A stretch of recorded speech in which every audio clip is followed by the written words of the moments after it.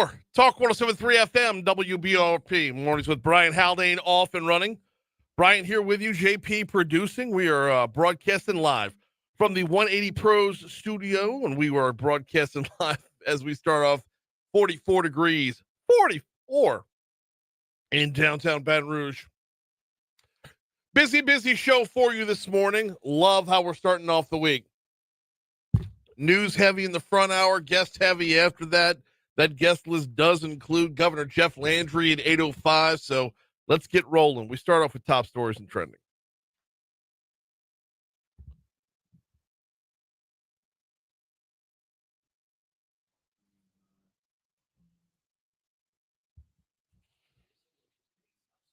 Is it a delay? Yeah, the other stack is full. All right, well, there we go. But I'm not going to be able to do it like I used to do.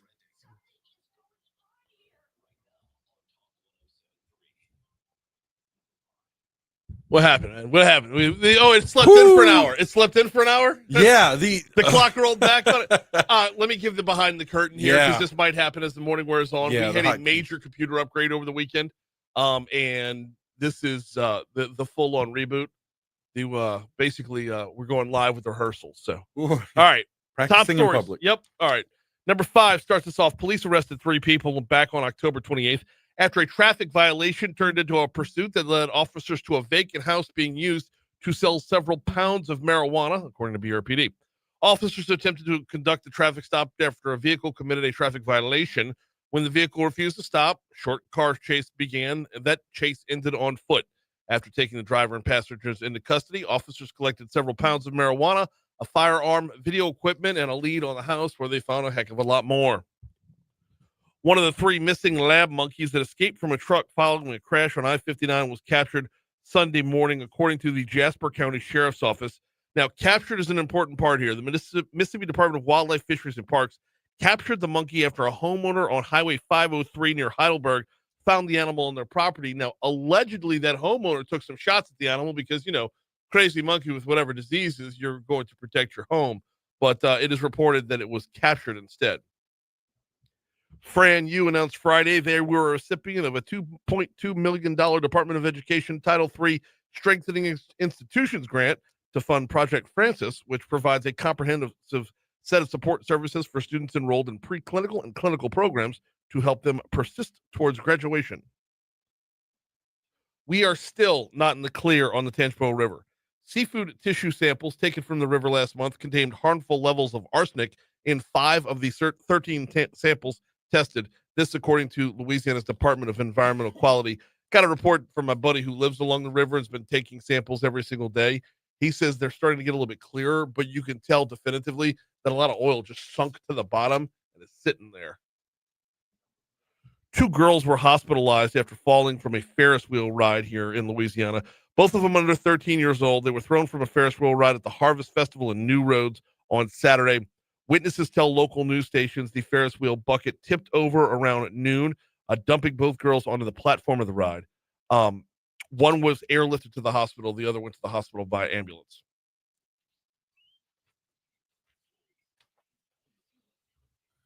What you got, JP? Ooh, well, tomorrow night will be a record breaker. 35 days would make for the longest federal government shutdown.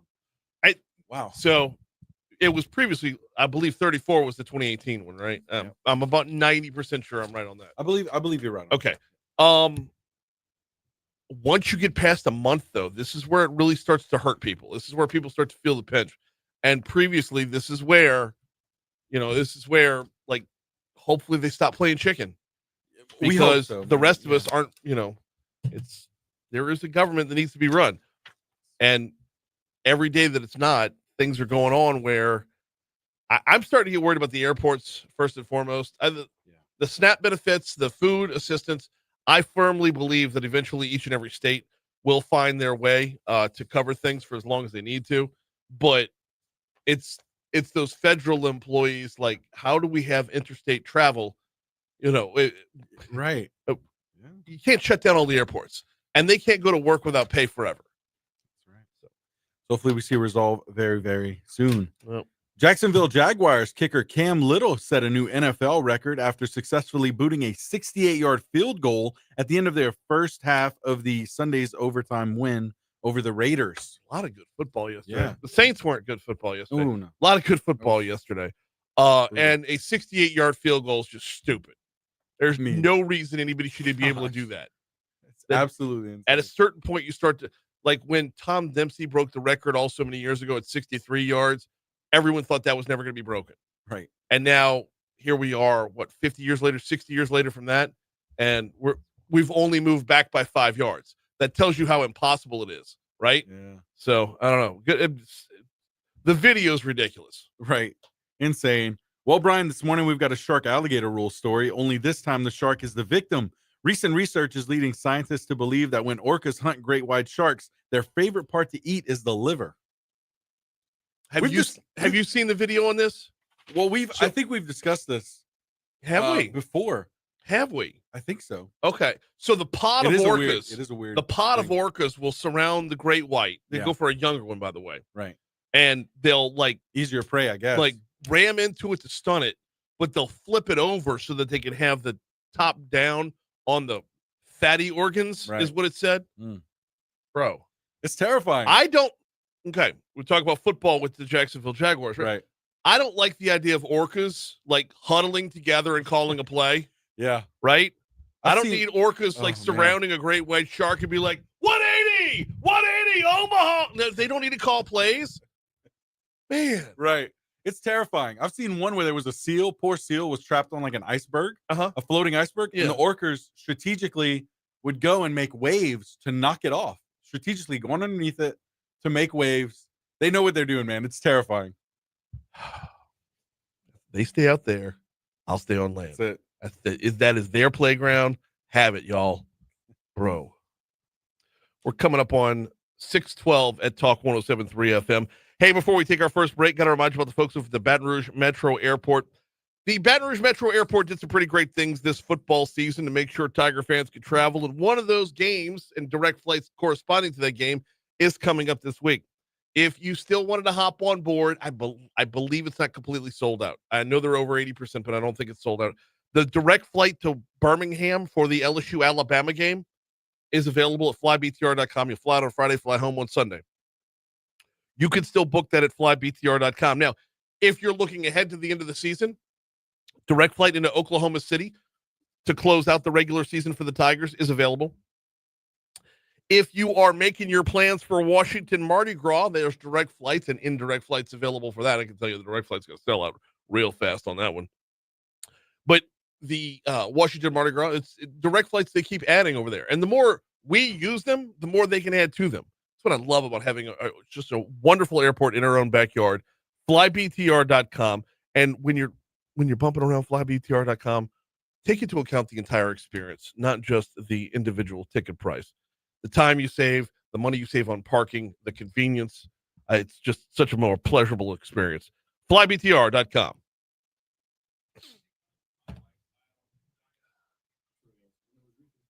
Uh-huh.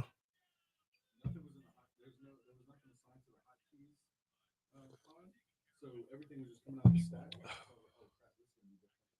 had to play the opening and the top story and then count down from the same stack. But you've been able to you can rebuild the hotkeys? Yeah. Or they're okay. Yeah, they're not built up. They're not staying in the stack, right?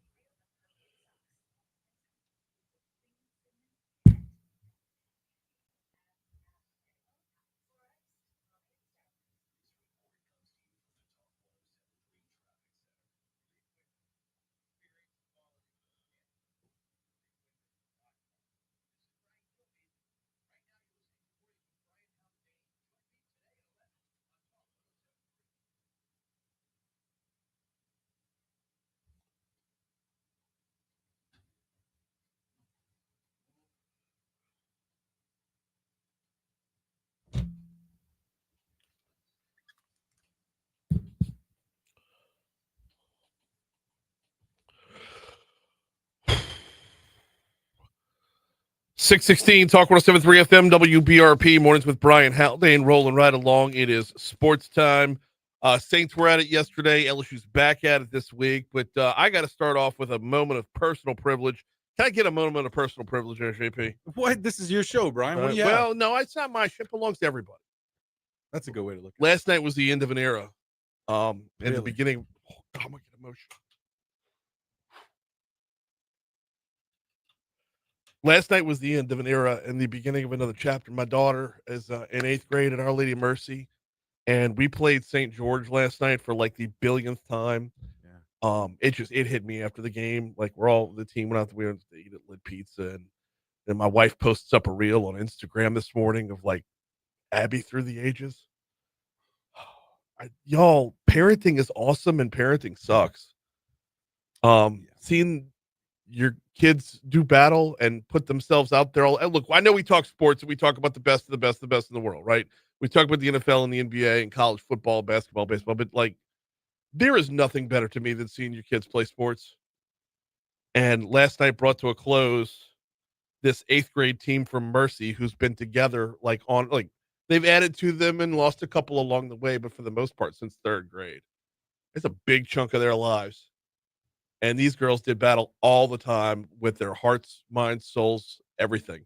They were awesome. And as a parent, and as a coach, and as a spectator, I just want to send a big shout out to not only the parents from Mercy, but from St. George as well. To have that ride and rivalry where all the girls are hugging it out afterwards and they're all besties. Golly, what an amazing trip! What an amazing trip! I can't wait for the next chapter.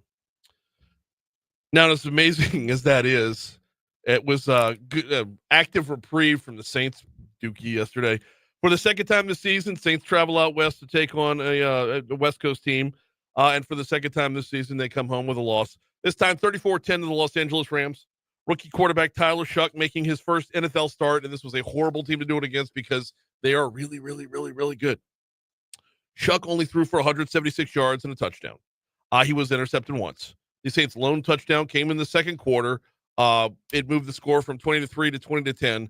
Shuck said they wanted to start quickly on the road. Cut 19. Starting fast was something we tried to emphasize. We just didn't get it done there. And obviously, you start behind the 8 ball. It's tough to come back against that team. You know, they ran the ball. They controlled the clock really well. I think we only had 3 plays in the 3rd quarter, and just tough from that aspect. But we'll kind of learn from it. We got to keep getting better, and we'll get back to it. Now, if you're wondering how historically bad this Saints team is, it's been since 1980 that we've seen a team this bad. That team was 0-14 to start off. Coach Kellen Moore trying to keep the team together, which is harder to do with each and every loss. We're going through a challenging storm, and we faced some adversity, and we got to keep pushing. We got to keep pushing together. I think that's the thing. I love these guys keep battling. This is going to be one of those, you get through this storm, you're going to tell one heck of a story. And, but we got to get there. And so we're not there yet. We got to keep getting better. Got to keep finding ways to, narrow the margins and give ourselves the best opportunity to be successful. Saints remain on the road this week. They will head to Carolina to play this Sunday. We have got the Fox Business Report coming your way. We'll talk a little LSU football on the back end of that. Don't forget, we got Governor Jeff Landry at 8:05. We'll give you the rest of the rundown in just a minute, but here is the Fox Business Report at 6:20.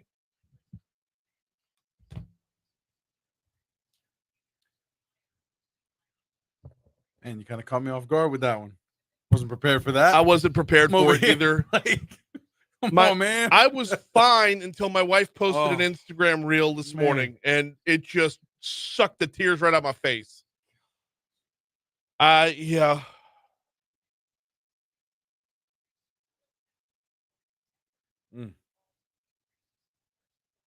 Yeah, man. I get it. Like, shoot. Oh, God.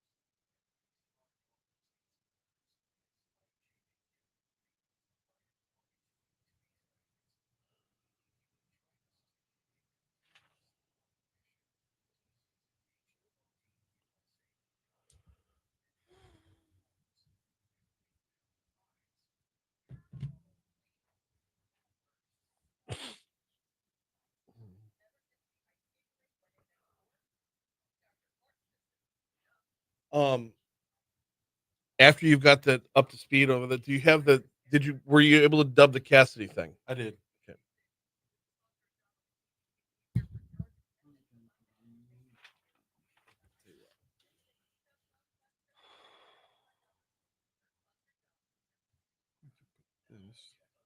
Oh, holy hell already.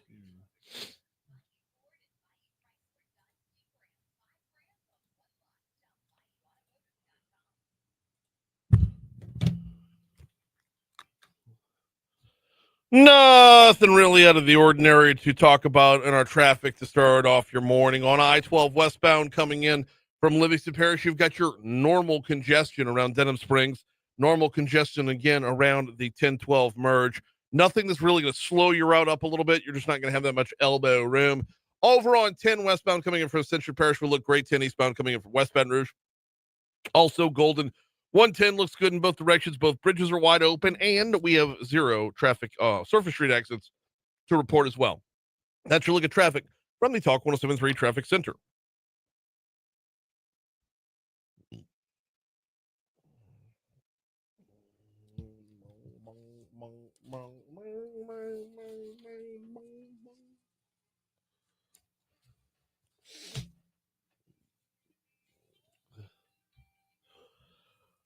.623 Talk 107.3 FM WBRP mornings with Brian Haldane rolling right along.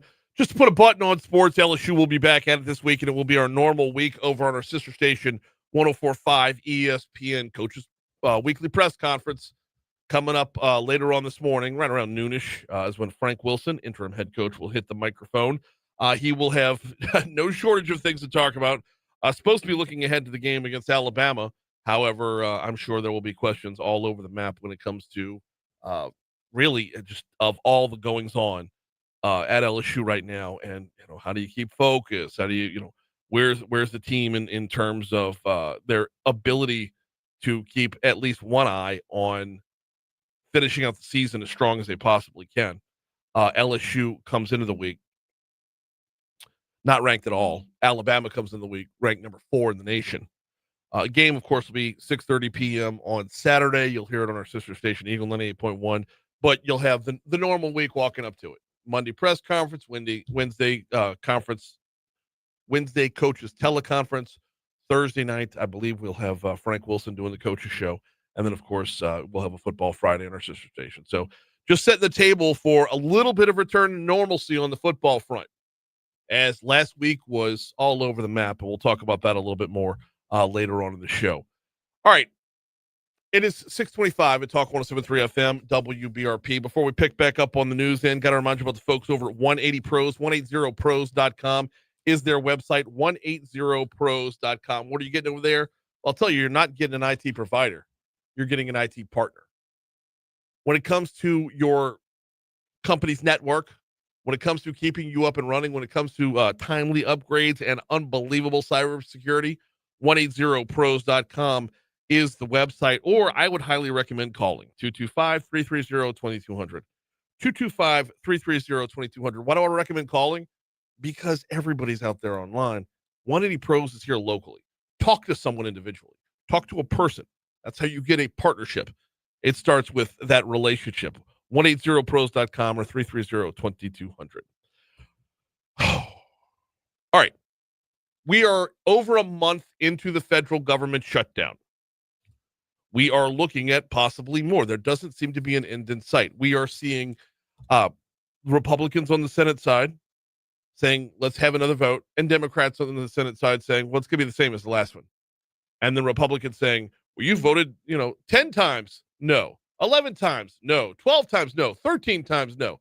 Whereas on the Democrat side, it's like, well, you keep putting the same thing in front of us. So, yeah, nothing's going to change. Meanwhile, back on the House side, there's the same bickering going on and more exacerbation. So let's bring it back to the Senate side. Senator Bill Cassidy took to the floor last week, the Senate floor last week, calling for an end to the shutdown. And that now that the calendar has rolled into November, the main reason why Senator Cassidy wants to see an end to the shutdown is simply feeding people. In Louisiana alone, that's 804,000 individuals, including 312,000 children relying on SNAP. Now, this is not an abstract ideological issue. We are literally talking about food on the table. SNAP can be the difference between a child having a full belly, going to sleep, waking up the next morning, going to school happy, and that same child asking their mom when is the next time they'll eat a meal, going to bed hungry, and doing poorly the next day. Republicans are working to extend the program. I'm on a bill to fund SNAP, but it looks like we will not have Democratic support to pass.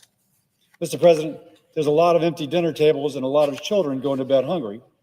Democrats have voted against reopening our government 13 times. 13 times they have voted to deny children food, sending families to food banks instead. I'm told that food banks will not be able to keep up. Federal workers, single parents with young children, walking into empty food banks. That's coming from a party that regularly claims that they are the party of children, families, and vulnerable communities. Republicans and the Trump administration are working hard to mitigate the worst parts of this shutdown. President Trump found the money to pay our troops through the generosity of a patriotic American. Senate Republicans voted for a bill to pay all federal employees, including air traffic controllers, who are working without pay now. Democrats blocked it. They're the party of no. And the bizarre part is no one's quite sure why. The senator went on from there, and this is where it starts to get interesting. He went on from there and said, until one of the Democrat leaders said the quiet part out loud, and that is being able to hold everyone's feet to the fire via the food means you have a leverage point, if you will, when it comes to fighting for healthcare. And if you can look at this honestly and say feeding people is a leverage point and not a function of government, feeding people is a leverage point and not what you fought for so many years, I don't know how to walk away from that thinking other than it's time to just flush the whole thing. If we are to the point where people eating, something as simple as eating is a quote unquote leverage point. It's one of the few leverage items we have, was the direct quote. If that's where we are, I don't know how we move forward as a people, because we're no longer people. We've already got, when it comes to writing out congressional maps, we know we're nothing but numbers, right? We've already got, when it comes to running individual campaigns, it's not about ideas, it's about dollars.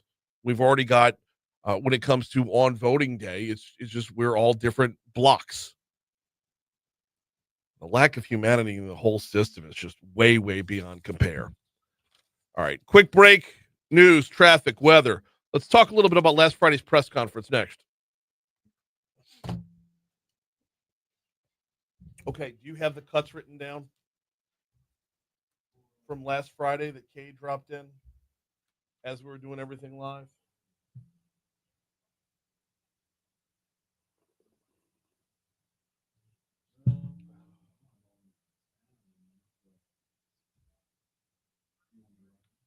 Yes, please.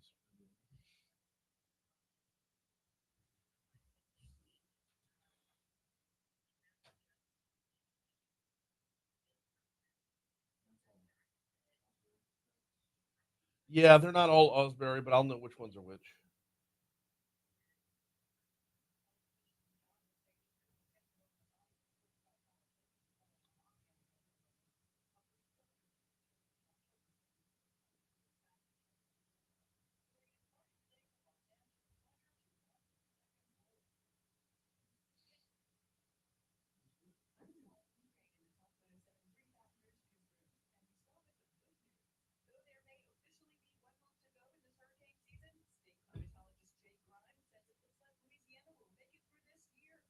No shit.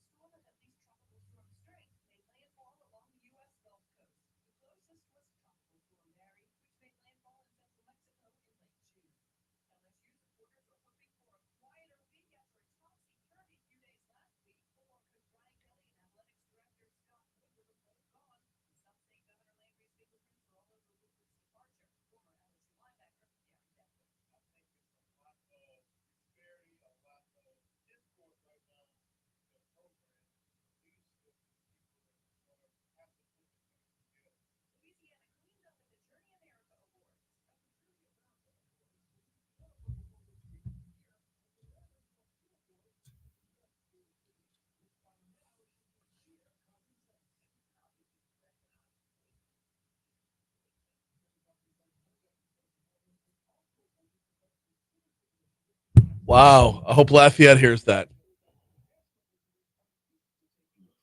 The editorial commentary on New Orleans should be common sense is the best food city. All right.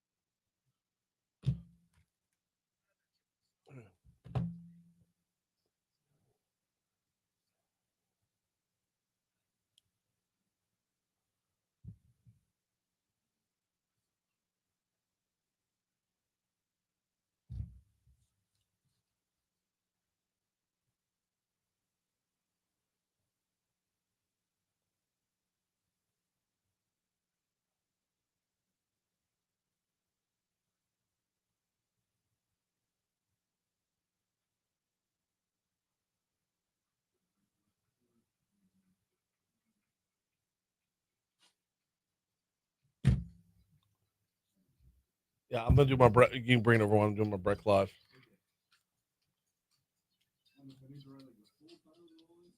As much as you can. It's good. 636 Talk 107.3 FM, WBRP, mornings with Brian Haldane, rolling right along. Give you that rundown real quick. I told you Governor Jeff Landry is going to join us at 8:05. We got a lot to talk about with the governor. Obviously, all the LSU stuff will be covered. Like there's a lot, and God, there's a question that's been bothering me ever since. But honestly, since the governor was on with Matt Moscona last Friday, and broke down the timeline of what went down at that Sunday meeting from a week ago Sunday. And it's this. If you had a meeting that lasted 3 hours with a bunch of lawyers breaking down the legalese of the contract, and you walked out of that meeting thinking that the state and the taxpayers of the state could be on the hook for $54 million, then why wasn't there a full-throated effort to keep Brian Kelly? I know it sounds ridiculous. Who would want to keep Brian Kelly? Everybody wanted him gone, right? But if the intent was to protect the taxpayer, you see where I'm going? All right. So I've told you, Jeff Landry's coming on at 8:05. We've got Dr. Mohammad Al Efishat coming on, and for Medical Monday, that's going to be at 7:15. Jim Patterson from LABI is going to join us at 7:35, talking about the state's tax competitiveness index. Then in the 8 o'clock hour, like we said, Jeff Landry at 8:05. Moon Griffon's on standby, but I told him we could just bump you completely if we run along with the governor because there's so much to cover. And, oh, by the way, back to the governor real quick. I don't want to spend the whole time on LSU. There are other items of news to talk about, namely the reason for the press conference in the first place. The questions about LSU were asked during a press conference about SNAP benefits. Well, we are now on November 3rd. Are we covered? And for how long? And who's picking up the tab? And can we get that money back on the back end from the federal government? There's a lot of actual news that's going to go down. It's not just the scuttlebutt around LSU. And then we're going to wrap things up with Stephanie Turner from New Orleans & Company. That's at 8:35. Love our chats with New Orleans & Company. They've been having a banner year and continue to do so. Back to the LSU kerfuffle in just a second, as there was a press conference on Friday with Verge Osbury, the interim AD, Board of Supervisors, Scott Ballard, and John Carmouche were there. We'll get back to that in just a minute. Right now, though, got to remind you about the folks over at Breck. Breck.org is their home base online. Breck.org, BREC, our parish's recreational department. One of the things that I love about Breck, well, they've got to be all things, all people. I've always talked about that. But recently, Janet Simmons, who's taken over as interim head over at Breck, decided, you know what would be a great idea? With all the parks and all the facilities and everything they've got going on, make it easier to report when something's wrong. So they instituted a rapid response ticketing program. If you're in a Breck Park and you see something that's amiss, something as simple as a burnt out light, or anything worse, a tree fell on a pavilion, whatever, you can call them at 225-310-BRECK, 225-310-2732. The Breck wants us to help out, being the eyes and ears. There's no way to get a better result than to have that many eyes and ears on a problem. 225-310-2732. That's 225-310-BRECK. If you see anything in a park, let them know. It's the only way to get it fixed. It's the best way to get it fixed is we can let them know immediately. As we went into the weekend, so much news coming out of LSU last week. And obviously it's probably going to dominate a lot of the news cycles and or headlines for this week.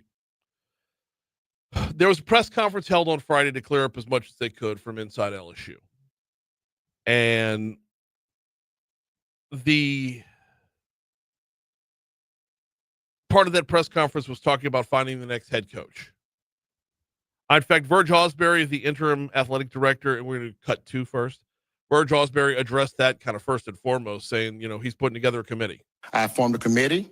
On that committee will be Scott Ballard, chairman of the board, John Carmouche, chairman of athletics, Ben Bordelon. As you know, Ben Bordelon is a former football player here, Bollinger Shipping, CEO, E.J. Kuiper. E.J. Kuiper, CEO of Lady of the Lake. He will be on the committee. And there'll be another, and myself, and there'll be another member of the committee that we are talking to right now at this time. Those are the people that can be responsible for helping us find the next great football coach at LSU. I'm dying to know who the other member of the committee is. I mean, a lot of board involvement there. With the football involvement. I'm dying to know who the other member of that committee is. Let the rumors begin. Let's talk about the Scott Woodward firing real quick, because that was covered a good deal in last Friday's press conference. First and foremost, and we're going to ask this of the governor as well, and we already know the answer, but was the governor involved in the letting go of Scott Woodward? Cut 3. The governor was not involved. The governor is worried about the state of Louisiana. His concern had to do with the state contract. LSU Board of Supervisors and Mr. Woodward decided jointly to part ways. Okay, technically he's right. But at the same time, though, and two different things can be true at the same time. At the same time, though, when a person is so publicly admonished, there are going to be repercussions. When a person is so publicly have their legs knocked out from under them, it's hard to move forward. So it's not the governor's pen stroke that ended Scott Woodward at LSU. But man, that is tough to get back in the saddle. Both those things exist simultaneously. Now, at the end of the day, and like I said, I'm going to ask the governor about this too. But at the end of the day, it wasn't a matter of, to quote Donald Trump on The Apprentice, "You're fired." It wasn't a matter of that, but all the different things floating around in that universe, you can't look at one thing individually in a vacuum. So, talk about talking about Verge Osbury. He was asked on Friday, and I realize we're kind of all over the place, but I want to cover as many different aspects of this as possible. Was asked on Friday if, as the interim AD, does he want to lose the interim and be the full-time guy? At this time, that's not a concern right now. Our concern is trying to get the best football coach we have here and making sure this department is stable. That's my job. I'm not looking to do anything future from that, but right now it's just stabilizing the department, making sure the coaches and the executive team is okay with everything they do and they're getting our support, and hiring a football coach. He was asked about the timeline to find a new athletic director. I guess this would be one of the board members. You can't ask the interim AD about finding a new AD. So between Scott Ballard and John Carmouche, what's the timeline to hammer out a new AD? There is not a timeline set for that. The first thing, like Verge said, the full concentration is to find a coach, find the best coach, period. That process has already started, as Verge said, with the team, the athletic department. So that truly is not something we're even going to address until we get that done. If you're wondering if that sounds backwards, so am I. To me, the ship gets righted starting tomorrow, and this is kind of where the internet needs to calm down. We've heard repeatedly now. Jeff Landry let it out on Matt Moscona's show last week, and then we heard it again in the Friday press conference that Landry joined Moscona on Thursday, not Friday. My apologies. I said the date wrong at the beginning of the segment. But tomorrow is the date where we should hear about a new university president. We've heard it confirmed twice now that we'll hear something on Tuesday. So I'm looking forward to that. We'll follow up with the governor on that one as well. But to me, you do this thing top down, right? To me, it should go new university president, new athletic director, new head coach. That way your coach is tied to your athletic director. You do it the other way around, don't you run the risk of being in the same boat 3-4 years from now? To where the AD could say, well, he wasn't my guy in the first place. Unless, of course, the AD ends up being Verge Osbury, in which case I'm all for that. But one more before we roll out for a quick break, and that is going back to the new president and the level of involvement needed for a president when it comes to finding a new athletic director. Cut 10. The new president will be announced on Tuesday, and he or she or he, we have the three candidates, we're not slowing down for that. Verge is going to move forward and knows what he needs to do. But depending on how that works out and when the new president starts, but the new president will absolutely have input and hopefully hit the ground running. But depending on what the choice is, we've got to also respect that they've got to unwind some stuff as well. That was Scott Ballard, head of the board of supervisors. He or she or he. I love that. Caught himself mid-sentence. Good job, Scott. All right, we're 6:47. Quick break. We'll come back next. Thank you.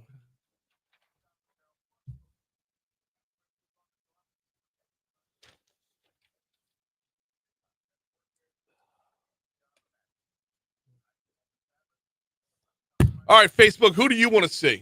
Should it be Verge? Should it be somebody else?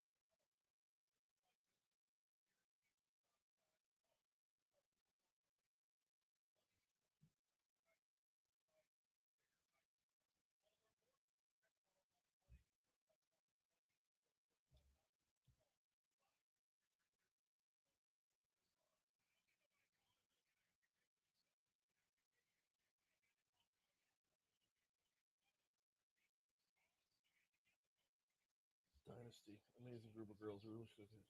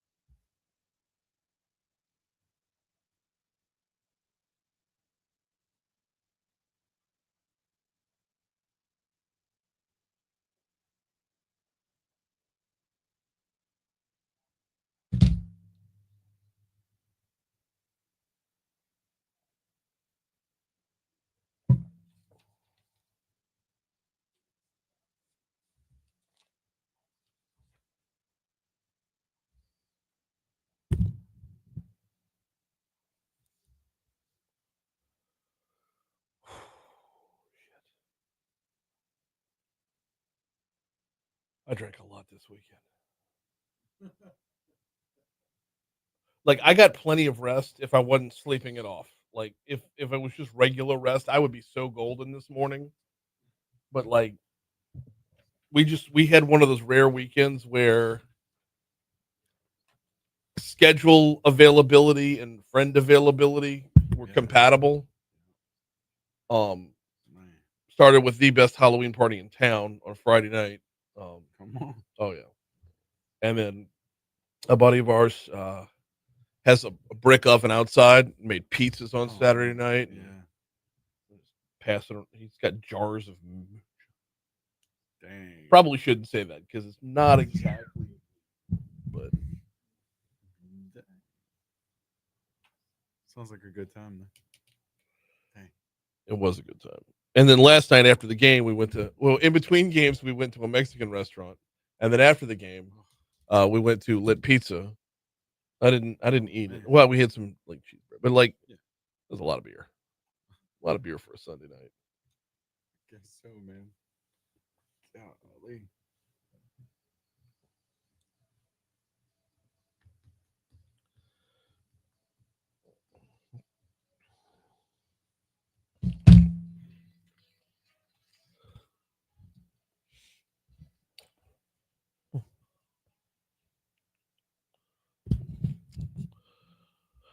.652 Talk 107.3 FM WBRP. Mornings with Brian Haldane rolling right along.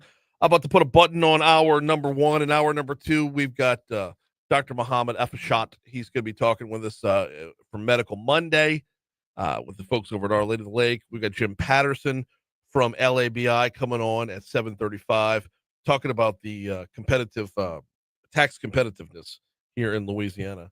Before we get you to our next news item, though, got to remind you about the folks over at Neurojust, Neurojust. That's how you spell it. Neurojust.com is the website.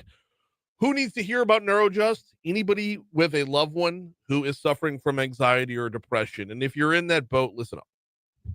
You know what it's like to have that constant fight or flight battle that is anxiety, right?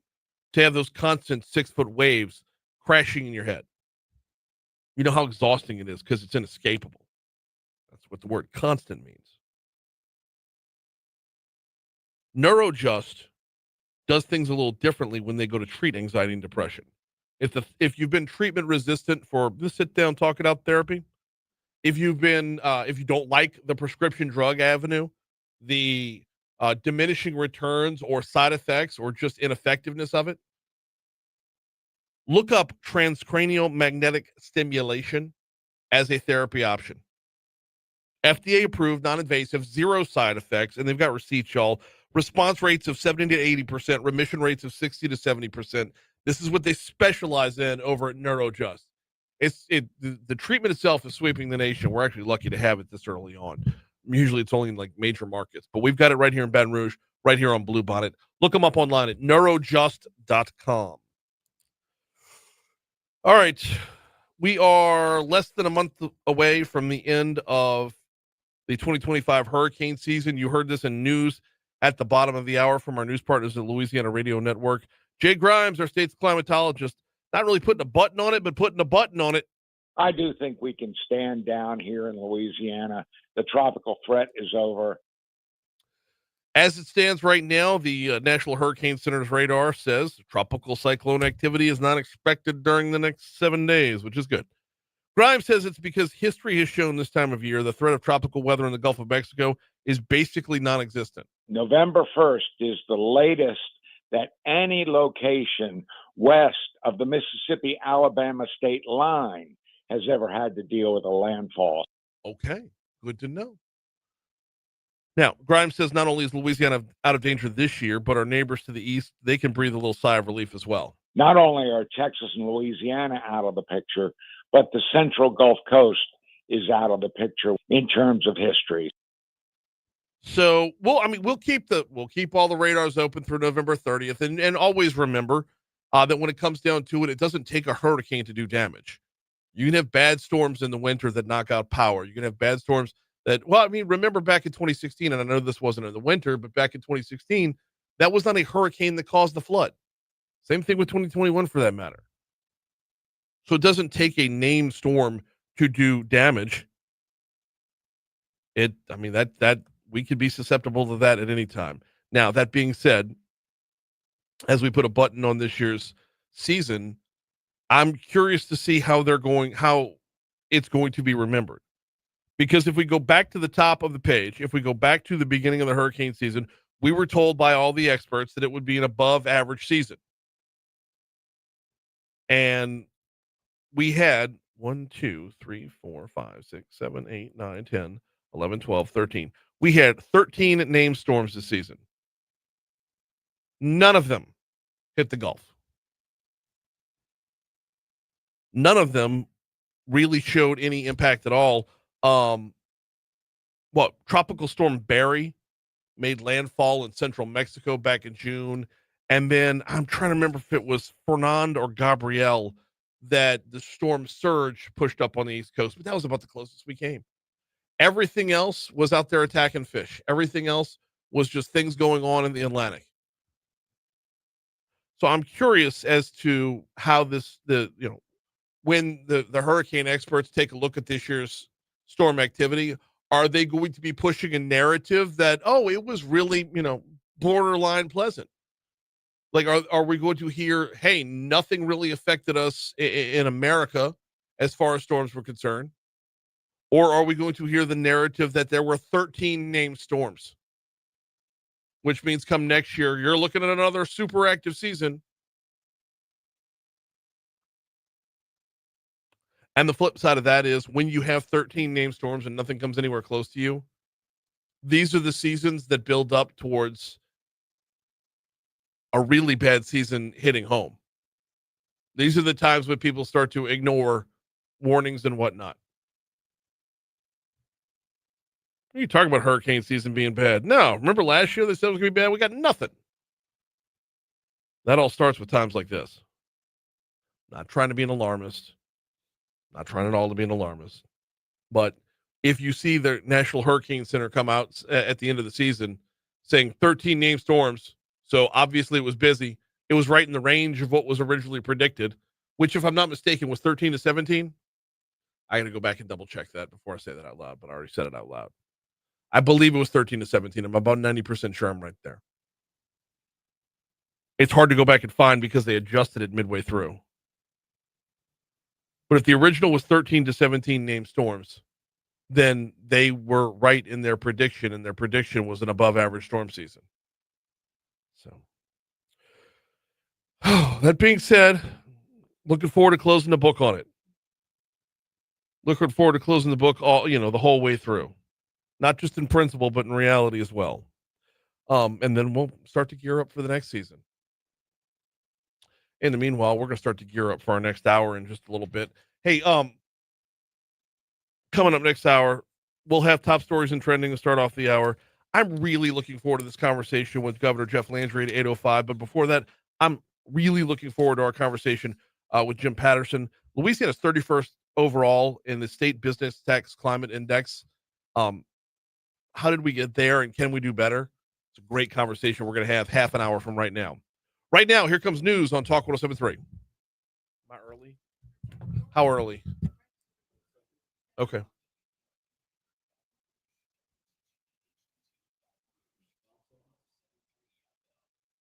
Ten seconds. Okay.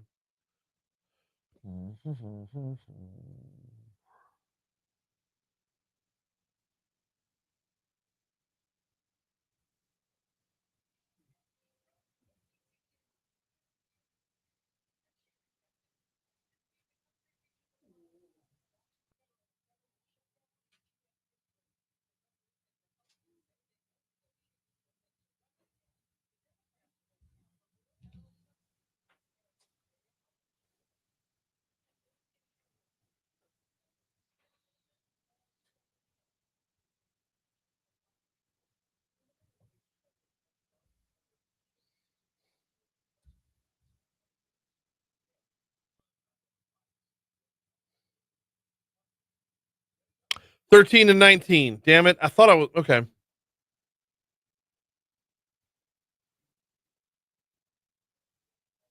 Thank you, Galen.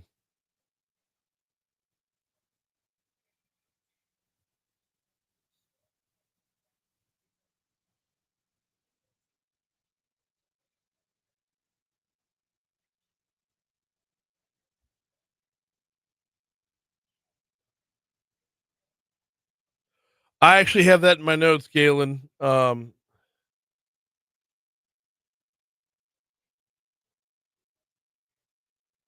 It's like pushing your chips all in on the table. You use this as a bargaining chip in the elections, and after the elections are over with, you solve problems. You don't want the solution, you want the talking point.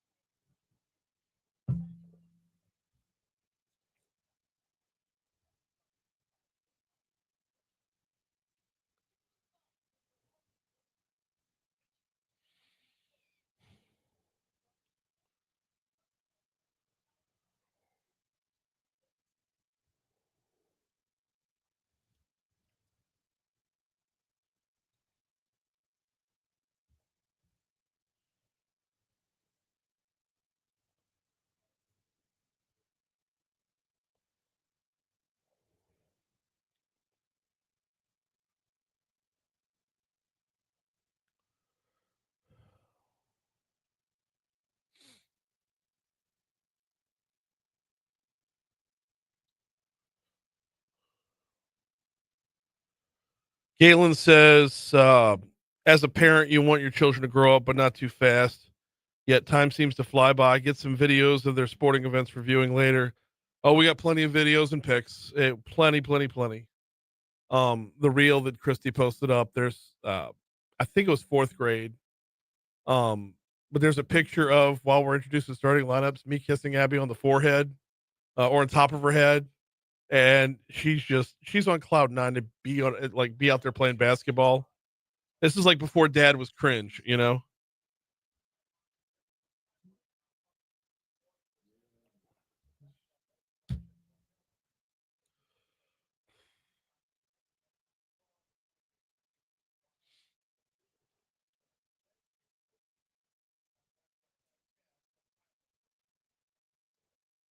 Oh, Dr. Efishat is from last November. Oh, okay. Okay.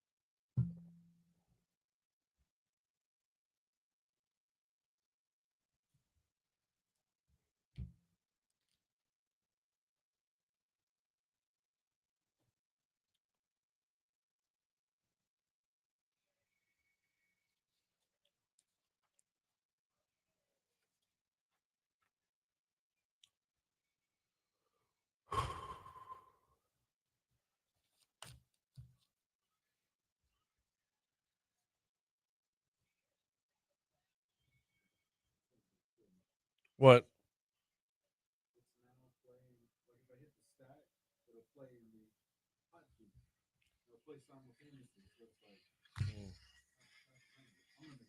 All right. 705 Talk 1073 FM WBRP mornings with Brian Haldane rolling right along. Hour 2 coming your way right now, broadcasting live from the 180 Pro studio. Brian here with you, JP producing. We are starting you off the second hour of the show at 44 degrees in downtown Baton Rouge. Medical Mondays on the way. Jim Patterson from Lobby on the way. Governor Jeff Landry 1 hour from right now. Let's get rolling with our second hour. Top stories and trending.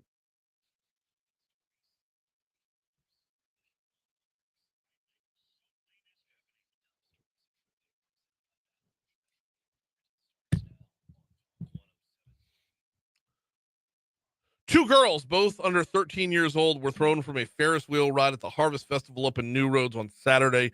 Witnesses said that the Ferris wheel bucket tipped over around noon. This was on Saturday, November 1st, dumping both girls out onto the platform of the ride. Both girls were taken to a hospital. One was airlifted. The other went by ambulance. Police arrested 3 people back on October 28th after a traffic violation turned into a pursuit that led officers to a vacant house being used to sell several pounds of marijuana. BRPD reports that officers attempt to conduct a traffic stop after a vehicle committed a traffic violation. When the vehicle refused to stop, officers engaged a short car chase that ended on foot. After taking the driver and passengers into custody, officers collected several pounds of marijuana, a firearm, and video equipment. One of the 3 missing lab monkeys that escaped from a truck following a crash on I-59 was captured on Sunday morning. This, according to the Jasper County Sheriff's Office. Mississippi Department of Wildlife, Fisheries, and Parks captured the monkey after a homeowner near Heidelberg found the animal on their property. Now, it was reported over the weekend via CBS News that the homeowner shot the monkey. But what we're hearing here is that the monkey was actually captured instead. Fran Yu announced on Friday they're the recipient of a $2.2 million Department of Education Title III Strengthening Institutions grant that's going to fund Project Francis, which provides a comprehensive set of support services for students enrolled in preclinical and clinical programs, helping them make their way towards graduation. Still not in the clear on the Tenchpo River. Seafood tissue samples taken from the river last month contained harmful levels of arsenic in 5 of the 13 samples tested. This is according to Louisiana's Department of Environmental Quality. Reached out to my buddy who lives along the river. He's been on the show a couple times, Pat Mashburn. He'd been taking samples and reporting them back every single day just to kind of get an update. He said that the samples look like they're getting cleaner on top of the river, but the bottom of the river where everything sunk is just kind of sticking.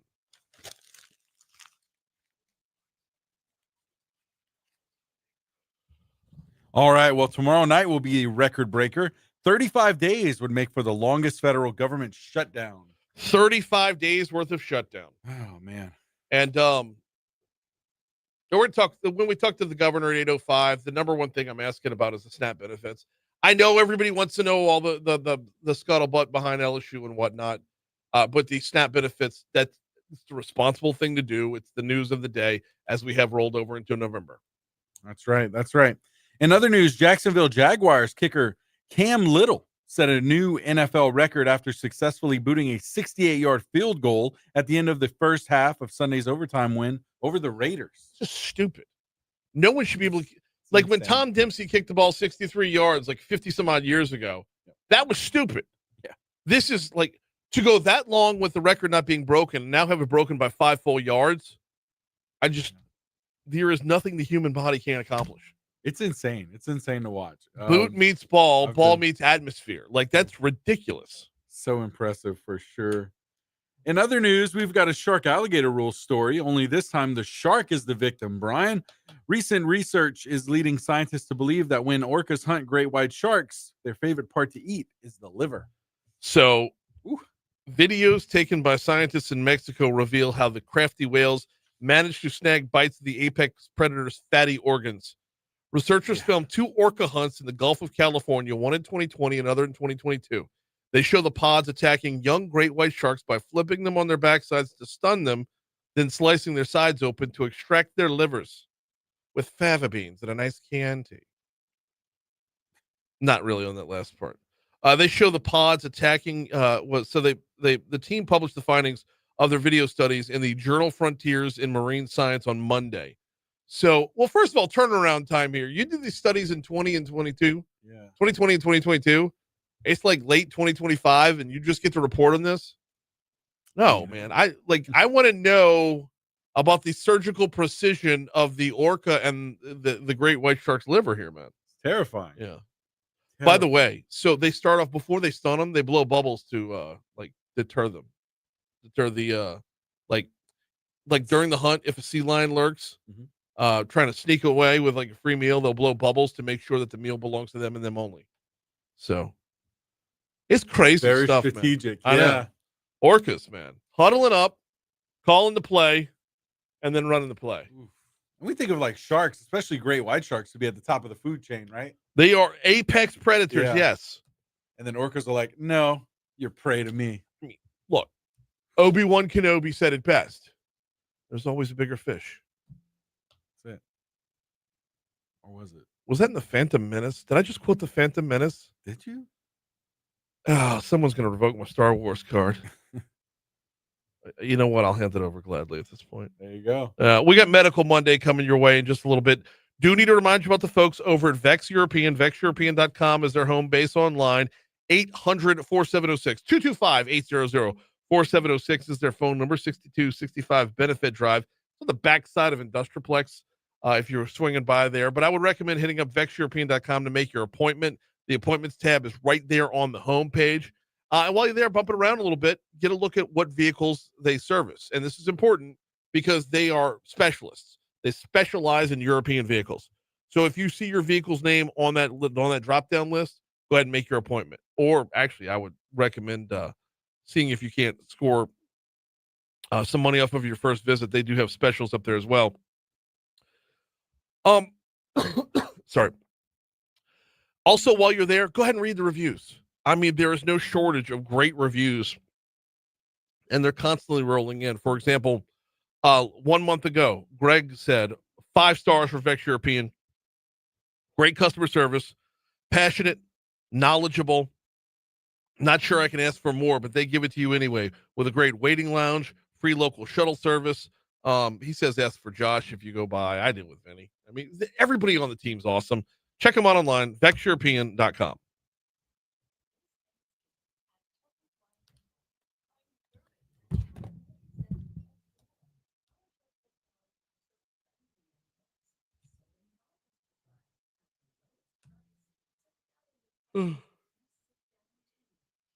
My tummy's inside out.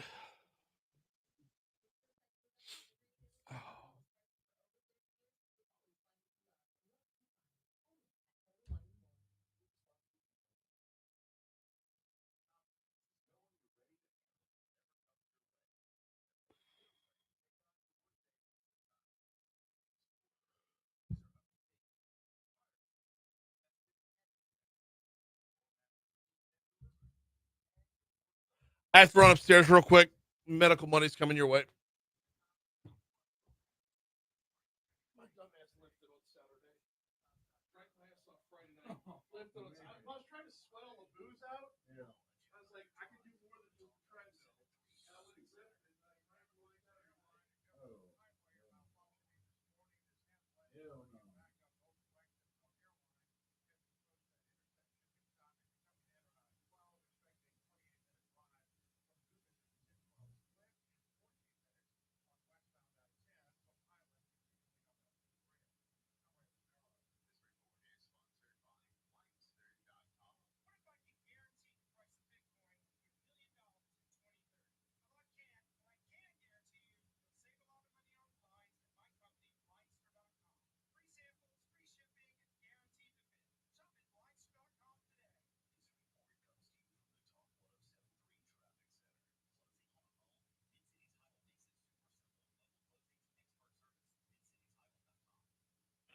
It's time for your weekly checkup. This is Medical Monday, presented by Our Lady of the Lake Health.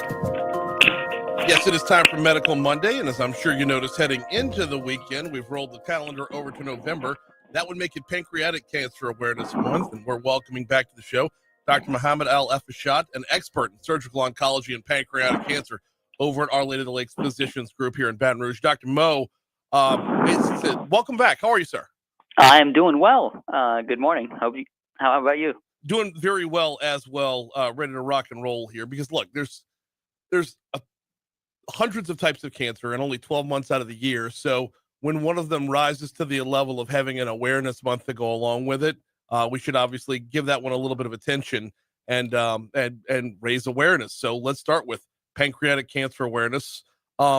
This is one that used to be one that if you got that diagnosis, the outlook was really poor. Is that still where we are? Or have we gotten better at treating this? Well, we definitely have made big strides in the treatment and in the success of treating pancreatic cancer over the past decade. Over the past 10 years, every year we have seen increase in the overall kind of survival, meaning how long the patients live. And right now, when you talk about pancreatic cancer, it really depends on the stage of the disease. So if you have a localized pancreatic cancer, like in stage 1 or 2, the survival rates can be in the 40, even 50%, meaning your chances of cure coming in is about 40 to 50%. Now, if the disease has spread to the lymph nodes around the pancreas, that drops down. And obviously, if the disease has spread elsewhere to the liver or other organs, then yes, it's an aggressive type of cancer, and the chances of cure are dismal. But that's why we try to get the diagnosis done early so that we have the highest chance of cure. How does it compare to other types of cancer? When you talk about a 40-50% within stage 1, what does that look like when compared to other types of cancer? And I know it's probably not fair to say something like like a skin cancer or whatever, but other similar types of cancer. Yeah. So pancreatic cancer, we're not going to sugarcoat it. It's one of the more aggressive ones. Right. So when you compare it, for example, to colon cancer, breast cancer, it's definitely more aggressive, and kind of the numbers are lower. Mm-hmm. As a matter of fact, when you compare stage 3 breast cancer is better than stage 1 pancreatic cancer. Just to put it kind of in perspective, and also in terms of numbers, although pancreatic cancer is not, one of the, most common cancers that we see. So there's only about maybe 60,000 cases a year in the United States, but it's the number 2 in terms of cancer deaths overall. So that just tells you about how, aggressive the disease is. And the problem we face is that a lot of patients present at a late stage, and that's something oftentimes we can't control. And when they present at this stage, the treatment options are limited. So that also adds to the fact that it's one of the most lethal or deadly cancers, mainly because a lot of the patients present at advanced stages. Okay, yes. So, early detection is the key for basically every type of cancer out there. Why is it we see this presenting in such a late stage with pancreatic cancer? Is it are there not really overt symptoms that you would be on the lookout for? Yeah, I think it's twofold. So number one is what you alluded to in terms of symptoms. So sometimes this cancer does not show any symptoms until it is advanced, especially if it's in the part of the pancreas that's called the body and the tail of the pancreas. These are notorious for growing to a large size and metastasizing, meaning spreading to other organs without causing, much symptoms. It can be some abdominal pain, but abdominal pain is a very common symptoms. And let's face it, I sometimes have an abdominal pain on a day. It's like it's just, abdominal cramp, and just kind of not worry about it. So it is easy to kind of overlook the subtle symptom of, abdominal pain that sometimes is not severe enough until it becomes too advanced. Number two is that we do not have a screening program for pancreatic cancer. It's not like colon cancer or breast cancer where you have a nationwide, well-established screening program that has been proven over and over to improve the survival rates and improve the early detection. We don't have that in pancreatic cancer for multiple reasons that we can talk about. But these are the two major reasons why patients present at a late stage. About 50% of patients present at metastatic, which is stage 4 cancer. You say there's no screening program, but is there a screening specifically? Is it if it were something that y'all would be on the lookout for, is there screening available? Yes, that's a very good question. So there are a group of individuals in the community that are considered high risk for pancreas cancer.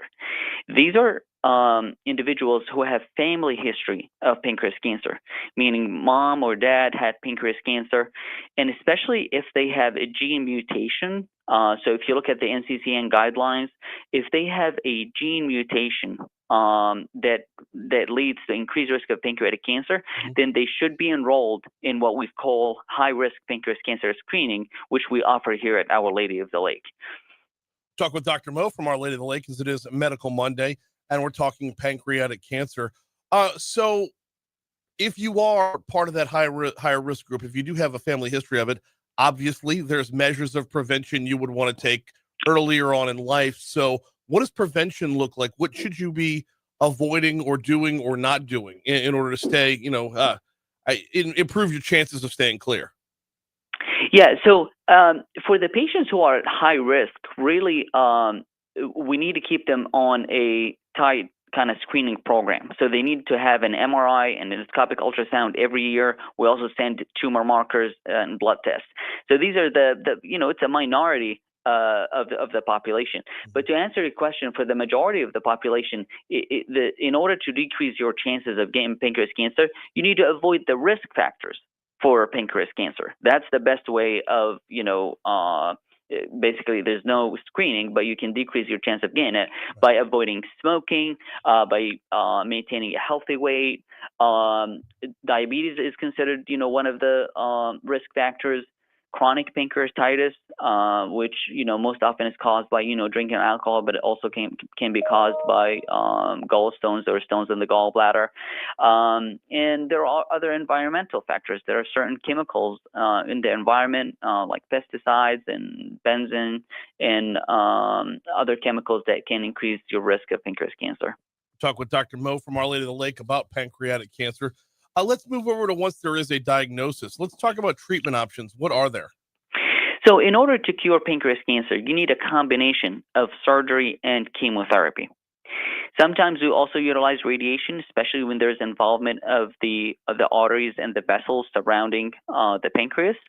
But the cornerstone of treatment is removing the tumor and then giving the chemotherapy. Oftentimes, we give the chemotherapy first and then do the surgery, and this gives you the highest, chance for a cure.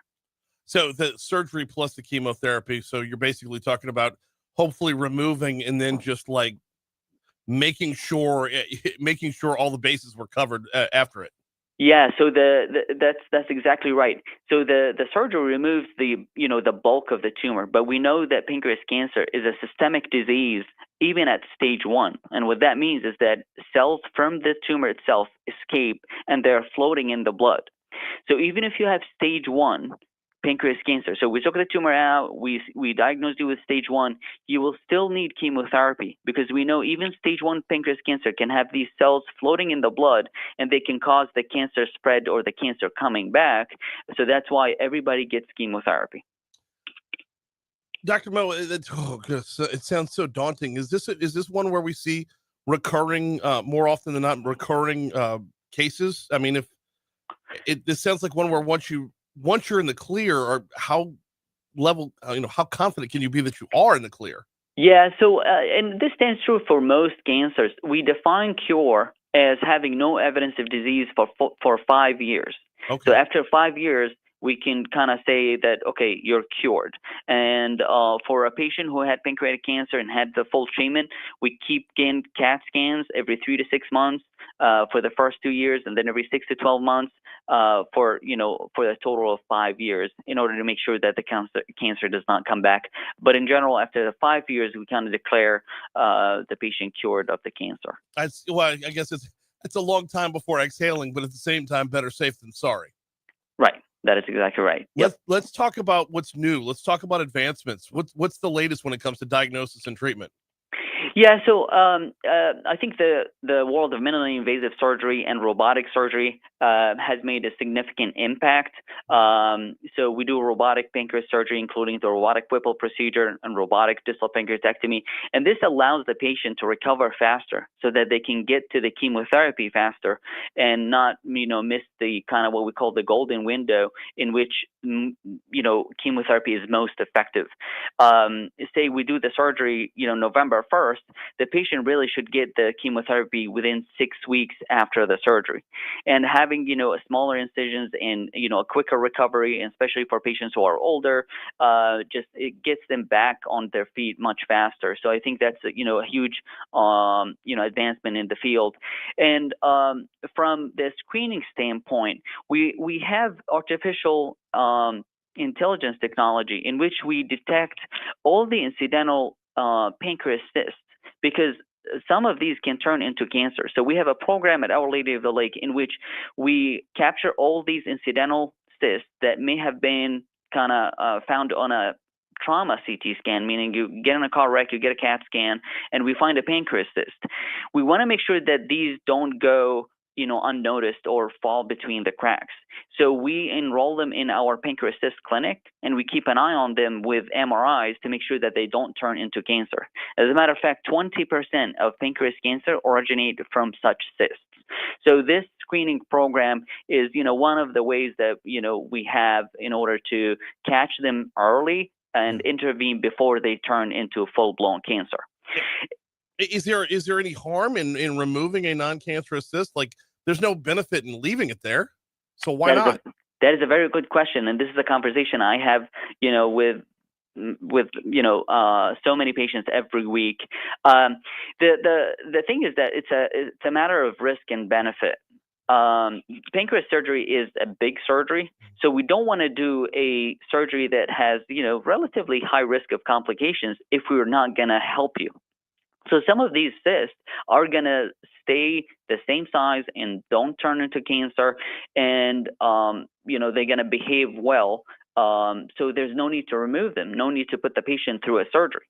But we keep a close eye on them, and once they start showing early signs of, let's call it misbehavior, then we intervene, because the benefit of the surgery outweighs the risk of the complications that come with the surgery. But if it was just kind of a removal of the cyst, then yeah, sure, we can remove all the cyst. But in order to remove the cyst, you have to remove a portion of the pancreas, which involves a big surgery, and we don't want to put a patient through a risk if we're not going to benefit them. Yeah, there's the rub. Yeah, on the back end, there's the rub for sure. Yep. This is Medical Monday, presented by the folks over at Our Lady of the Lake. We're talking with Dr. Mo about Pancreatic Cancer Awareness Month. Dr. Mo, where can folks go if they want to learn more? Well, they can go to our website, olrmc.com/cancer, and we have more resources, and they can always call our office number at 225-765-5656, and we're always happy to answer any questions.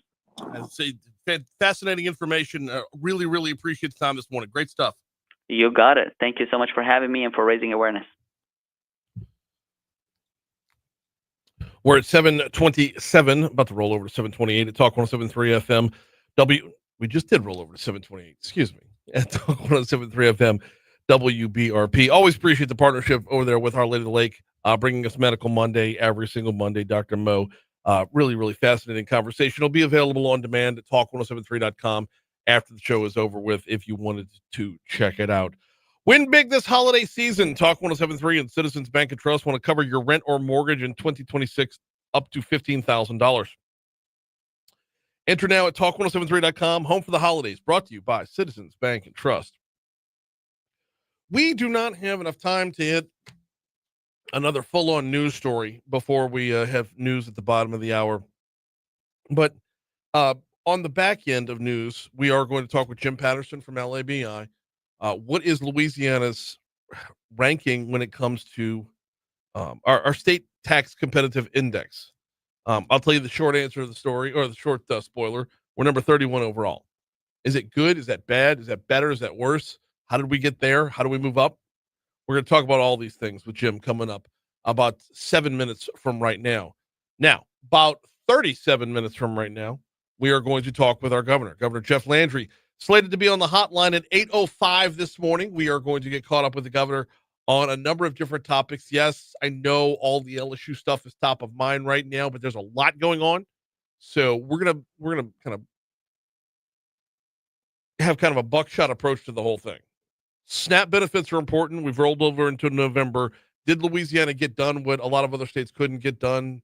We'll talk with the governor about that. Yes, we will cover the LSU stuff. Yes, I kind of want to talk congressional maps a little bit as well. It's all going to depend on how much time we have with the governor this morning. I'm going to keep him until he absolutely says, Brian, I got to go. So that's coming up in our next hour. We'll also talk with Stephanie Warner from New Orleans and Company as well. Right now, we are at 7:30. Coming up on 7:30 at Talk 107.3 FM, WBRP. We will catch ABC News, catch our local news, traffic, weather. Talk number 31 on the rankings, State Competitive Tax Index. That's next. Oh, holy hell. Oh. Boop, boop, ba-doo.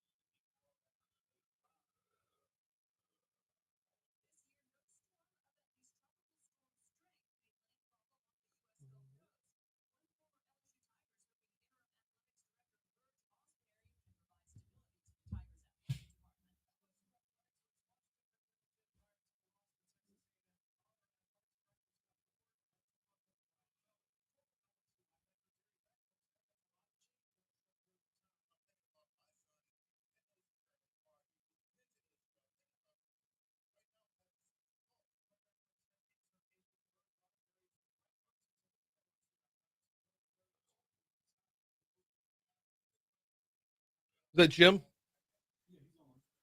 Cool.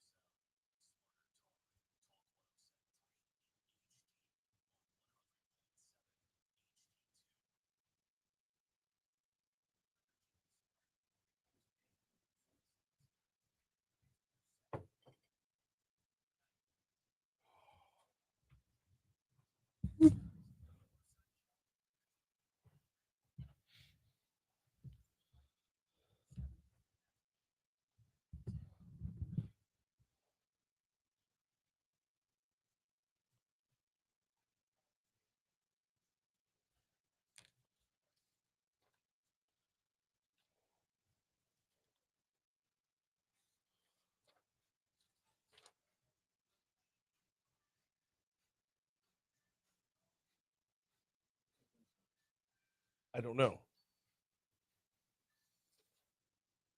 Where was it coming from?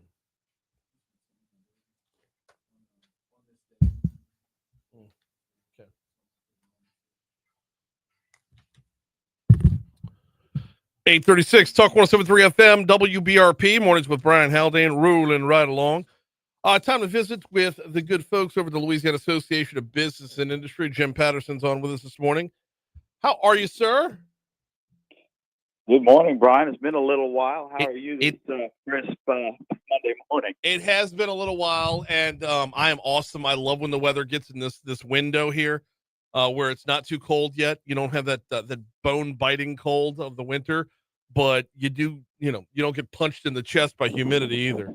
So, that's right. It's nice to have it feel like fall for a change. Yes, gotta love the fall weather. Meanwhile, just so much going on right now. I really, really, really appreciate the info and the content that we're about to tackle here, because this is important. We've got the Tax Foundation put out the 2026 State Tax Competitiveness Index, and we come in at number 31. What is Lobby, or what is your immediate takeaway of that ranking? Well, it's an improvement, you know that, Mm-hmm. and we're very, very pleased about it on a lot of levels. It gives us a competitive position as it relates to the South, and so we're very, very pleased about it. You know that this, and I'll remind your listeners that this derived from the special session in November when the legislature. November of last year, when the legislature undertook tax reform, and they did some very major things. And I'll remind your listeners that we installed a flat rate of 3% for the individual income tax, and we installed a 5.5% flat rate for corporate. This really, really makes us super competitive. In fact, the 3% rate is the lowest individual income tax rate in the country, except for those states that have no income tax. Right. Certainly Texas and Florida and Tennessee having none, they've got a little bit more of an advantage than we have, but at the same time, our 3% rate puts us very much in the game, as does that corporate rate of 5.5%. So very, very good developments there. We also repealed the franchise tax starting next year. That's a very fine development. Yes. That has gotten us some good attention as well. And then lastly, the potential for a local option inventory tax repeal that's going to be dependent upon the voters next year. It was going to be in April. Now it's going to be in May. The May election will essentially be an opportunity to give us a fighting chance there. And all of that is very, very beneficial in the eyes of the Tax Foundation. As you know, Brian, the Tax Foundation is a national think tank. It's a bipartisan group, and it looks at state tax, federal tax, and in fact, international tax, and makes comparisons to give policymakers an idea of where they need to go to create a better tax system, whether we're talking state, federal, or international. We've been, and Will's been on your show regularly talking about our LA Driven initiative, and we've been able to do some great things. When we look back over the last 2 years, we've come close to implementing almost 100 of the things that we wanted to do in that space, and we've improved the laws that govern our insurance, our education, our workforce, our energy. We did what we had to and could do on the tax side, and this report is a report card. And quite honestly, it's really, really cool that we've done as well as we have. It is actually gaining attention, Brian. We had a gentleman with the Tax Foundation speak to our Taxation and Finance Council at Lobby a few weeks ago. And the gentleman's name is Manish Bhatt. He is a senior tax analyst for this region that Louisiana is in. He told us that as he goes around the country people are coming to him and saying, what is it that Louisiana did? How did they do that? I mean, we are getting attention, and it's causing ripples in boardrooms across America. That is very, very exciting. It is very exciting. Talking with Jim Patterson from the Louisiana Association of Business and Industry about our state tax competitiveness index. Now, Jim, there's an ebb and flow to all this, right? I mean, we can cut taxes, but if we want to have a functioning government, we've got to look at, how spending can be curtailed. So when we go from one year to the next, can we look at doubling down on tax cuts, or does other work have to be done before we can see more movement? And I know when I ask that question, I know full well I'm being greedy. Well, at the end of the day, it is an equation that the legislature has to sort through along with the administration. Yeah. You've got to be able to fund the government. And, unlike the federal government, the state of Louisiana has to actually balance its budget. We can't make money like the federal government can. So we've got to make sure that we can live within our means. And when you cut taxes, it affects your revenue base. And that was the thing that I think the legislature was most anxious about going into the last session, the session this year. They were not really disposed to do a ton more than what they had already done in the special session in order to give themselves time to see what the impact was on the revenue. They're eager to do more. Don't misunderstand me. They are very eager to do more. But they want to make sure that they do it in a responsible fashion. So I do think that there needs to be further consideration given to how we go about with our funding at the government level. There were some good bills filed last session dealing with the budget, dealing with how the budget is developed and how allocations to certain entities like non-government organizations were being evaluated and how they were being determined as a return on investment that was worthy. I've had a number of conversations since the session with folks that want to do more in that respect, and we are definitely going to be looking at options in that regard. The thing is, we've got to keep up with other states. Yeah. We weren't the only state to cut individual income tax rates in 25. The states of Idaho, Indiana, Iowa, Mississippi, Missouri, Nebraska, New Mexico, North Carolina, Utah, and West Virginia, they all did it too. And so that's why, when you look at your report card, you're being graded against other states. And while going to 31 is a very remarkable achievement for us, improves us a good bit from what we were, it's tough when other states are doing the same kinds of things, and they're noticing what we're doing, and they're realizing they've got to up their game too. So it is a very, very competitive field that we're in. We're happy to stand toe to toe and duke it out, but at the end of the day, it is going to be tricky because you got to make sure that the revenues are there, that the legislature and the governor need to properly manage our affairs of state government. Got Jim Patterson from the Louisiana Association of Business and Industry on with us, talking a little bit about the state's tax competitiveness index. All right, so Jim, we're 31 overall. That's a bump of 6 spots. Corporate taxes were 10 overall, which is a huge bump as well. Individual income taxes were 15 overall. But then you look at sales taxes and we're dead last there. Is there a way to balance this sheet out to where, obviously there's going to be trade-offs there, right? There's always going to be trade-offs, but to not be dead last on sales taxes, is this the natural trade-off, or is there room to have work done? I think there's room to have work done. I think the most glaring problem we have is the fact that we do not have a centralized collection process for local sales taxes. Other states, all the other states do, frankly. And we're, standing out in the field all by ourselves in a bad way that absolutely needs to be addressed. We've tried to do it. The local governments are not, particularly inclined to agree to that, and it's a pressure that the legislature has yielded to year in and year out when we come with legislation in that regard. We're going to do it again next year in the session because this needs to be continued to be discussed. And at the end of the day, this could make a major improvement in how we're viewed.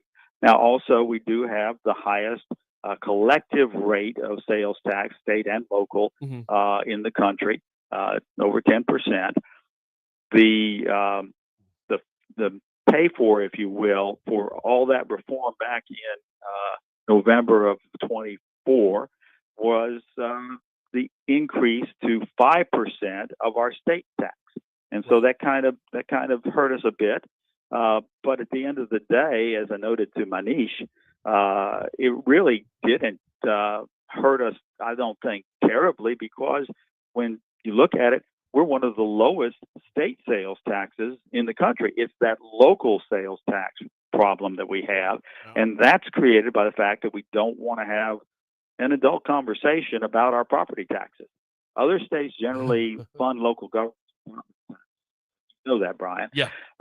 We do it by sales tax in deference to not increasing property taxes, and that's a tough equation to work out. Manish admits it. We've got to figure out how to do that, but it requires an adult conversation that folks generally don't want to have. Well, and that was the back end of that question there, Jim, was that, even with being 50th in sales taxes across the nation, that is only 5% statewide. Everything else is local. You look at Texas, Arkansas, and Mississippi, individually, their state sales taxes are higher than ours. But when you add in the local, that's where we really, we get kicked in the pants. Absolutely right. And again, it's not an easy thing to get to. People have, an animus toward property taxes. I get that. I understand that. But it is the better and fairer way in general to address, the local government needs that we all kind of expect to be met. Right. People who are property owners, generally speaking, are the ones who are most benefiting from, at the end of the day, the local governments doing what they do, and the funds that they need for that should come through property taxes more so than sales taxes. Well, because this is the American dream, right? It's to spur home ownership, which spurs so many other parts of the economy. I get the trade-off there as well.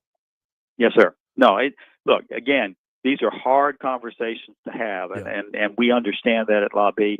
That's why we continue to engage. That's the sort of thing that we actually get excited about, is trying to figure out how we work out these tough equations to where everybody can be feeling like they're being treated fairly. Number 31 overall, are we projecting? I know with Louisiana Driven, we want to aim for 2030. Do we have a goal number in mind for the turn of the next decade? I think mid-20s is a very reasonable expectation, Brian. Maybe even the low 20s. It does require, again, some tough conversations and some hard work, but I think that we can certainly get there. And again, as you indicated, it's a matter of figuring out budgetarily what we need in the way of government revenue, and what we are perhaps being a little bit too sloppy with. Yes. Do not get me started on the centralized sales tax collection. You, me, and Jason DeQueer will just, create our own mob to run amok. True that goes up like the bat signal for him. He is Indeed. Jim Patterson with Lobby. We always appreciate the time, sir. Talk to you soon. Appreciate you. Thanks. Here's your money now.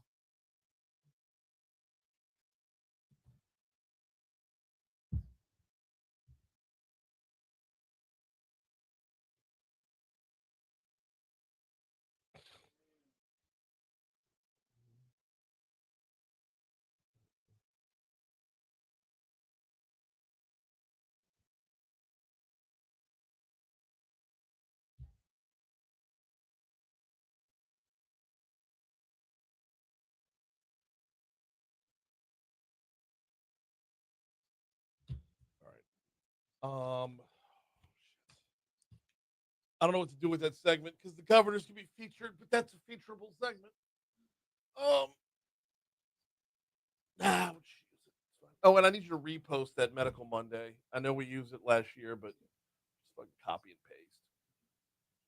Oh, hell. All right.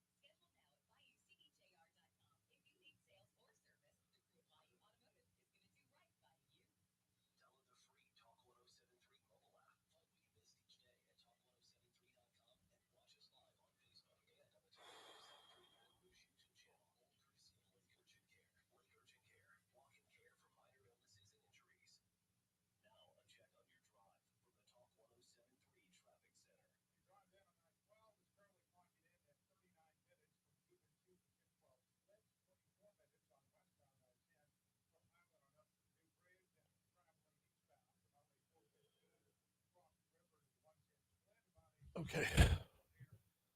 Oh.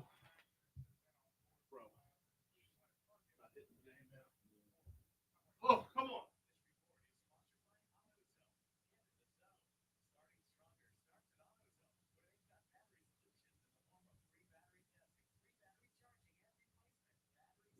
You still have the Rouse's promo? You need to be hitting that every day.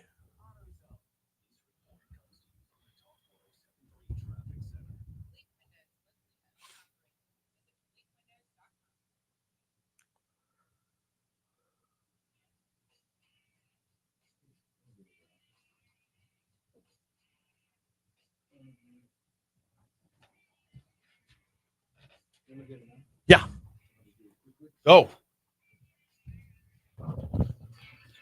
Rouse's wants to help you cover the spread this football season. We're talking the ultimate tailgate spread. Party trays, dips, fried chicken, anything you want to throw on the grill, plus plenty of ice cold drinks to wash it all down. All you have to do is register now at talk1073.com for your chance to win. One winner will be chosen each week, and everyone who registers will be entered into a drawing for a grand prize of postseason tickets. Rouse's Markets, your tailgating headquarters. 10 minutes from right now, Governor Jeff Landry going to be on the hotline. We are talking SNAP benefits. We are talking all the LSU kerfuffle. Look, I don't want to I don't want to stoke the fire. I don't want to put out the fire. I want the fire to be exactly where the fire is at. But honestly, a new president's going to be announced tomorrow.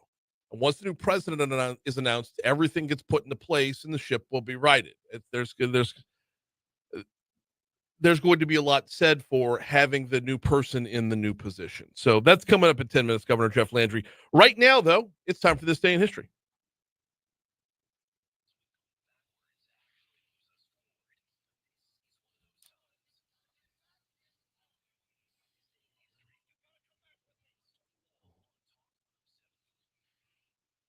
All right. So Yes. starting off, 1957, the Soviet Union launches Sputnik 2 with space dog Laika on board. Yeah.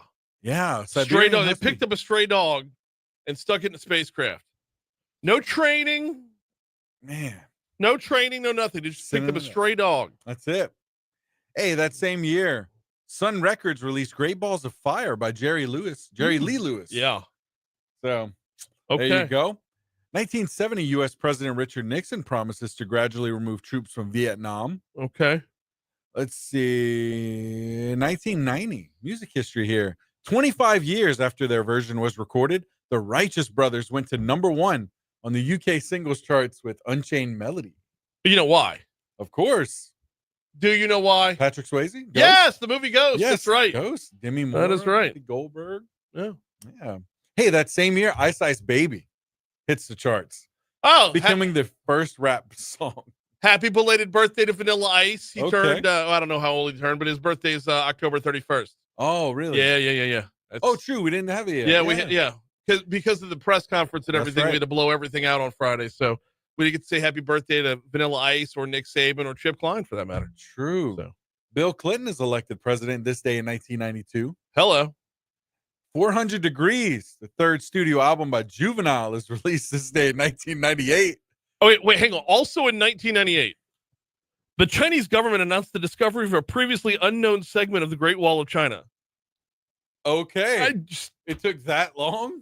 Look, I appreciate the TikTok videos of the people who take care of like unkempt lawns. Yeah. But how bad does your yard have to be to lose part of the Great Wall of China? Oh, man. Hey, hit it with the weed eater. Yeah. Dude, there's more wall back there. Right. Oh my How do you find the Great Wall of China? It's like, no, we're not doing accents, right. JP. No. Oh, man. Moving on to birthdays before we get in trouble. We better. Dolph Lundgren today.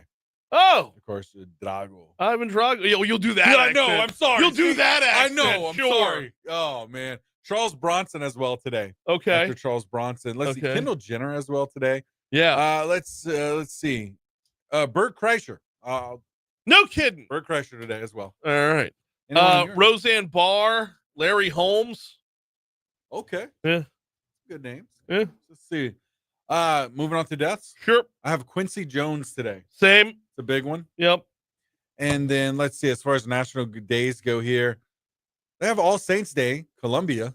Is that? Well, All Saints Day is November 1st. So I know. Does Columbia count for All Saints Day? Not really.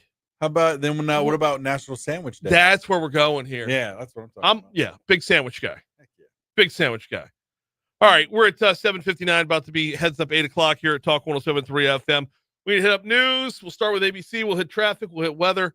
Governor Jeff Landry joining us next right here on Talk 107.3 FM.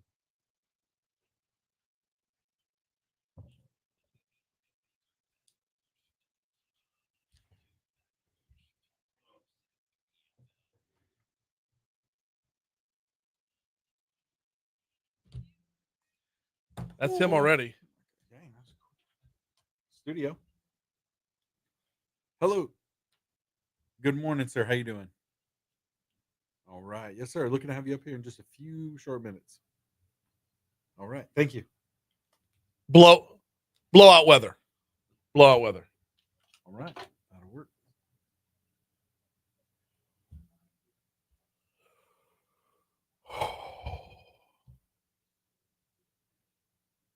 I'm not used to this level of punctuality. The governor's on point, man. You know? Feel bad. Just gonna sit there and hold for a couple minutes.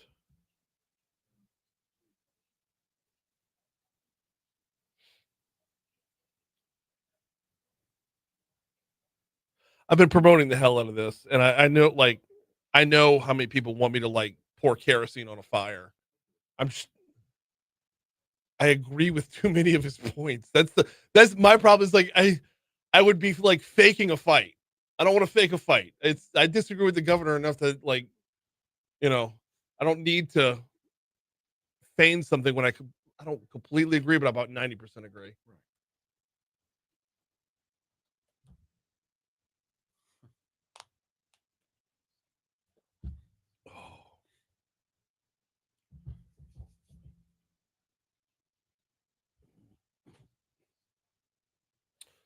All right, so we're going to start with the SNAP benefits, and then we're going to pivot over to what else is out there that we're not thinking about. When it comes to the federal government shutdown trickling down the state, and then we'll hit the LSU stuff.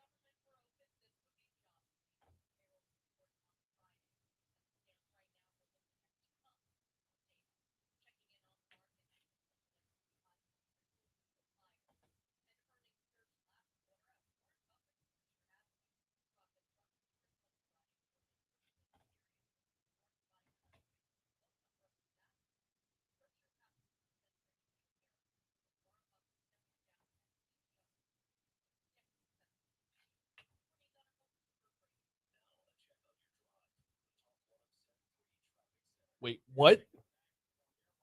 Oh, is weather built in, or you can skip weather, right?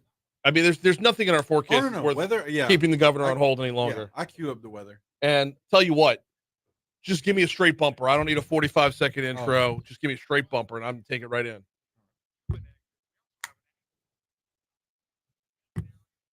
I don't need Big Frida opening him up.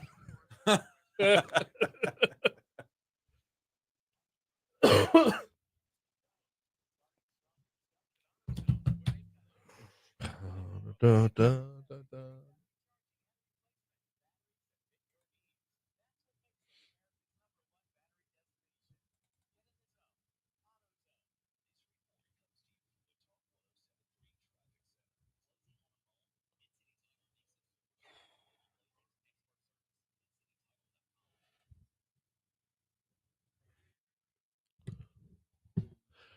805 Talk 107.3 FM, WBRP, mornings with Brian Haldane, rolling right along. Hour 3 coming your way, live from the 180 Pros studio. JP producing, Brian here with you.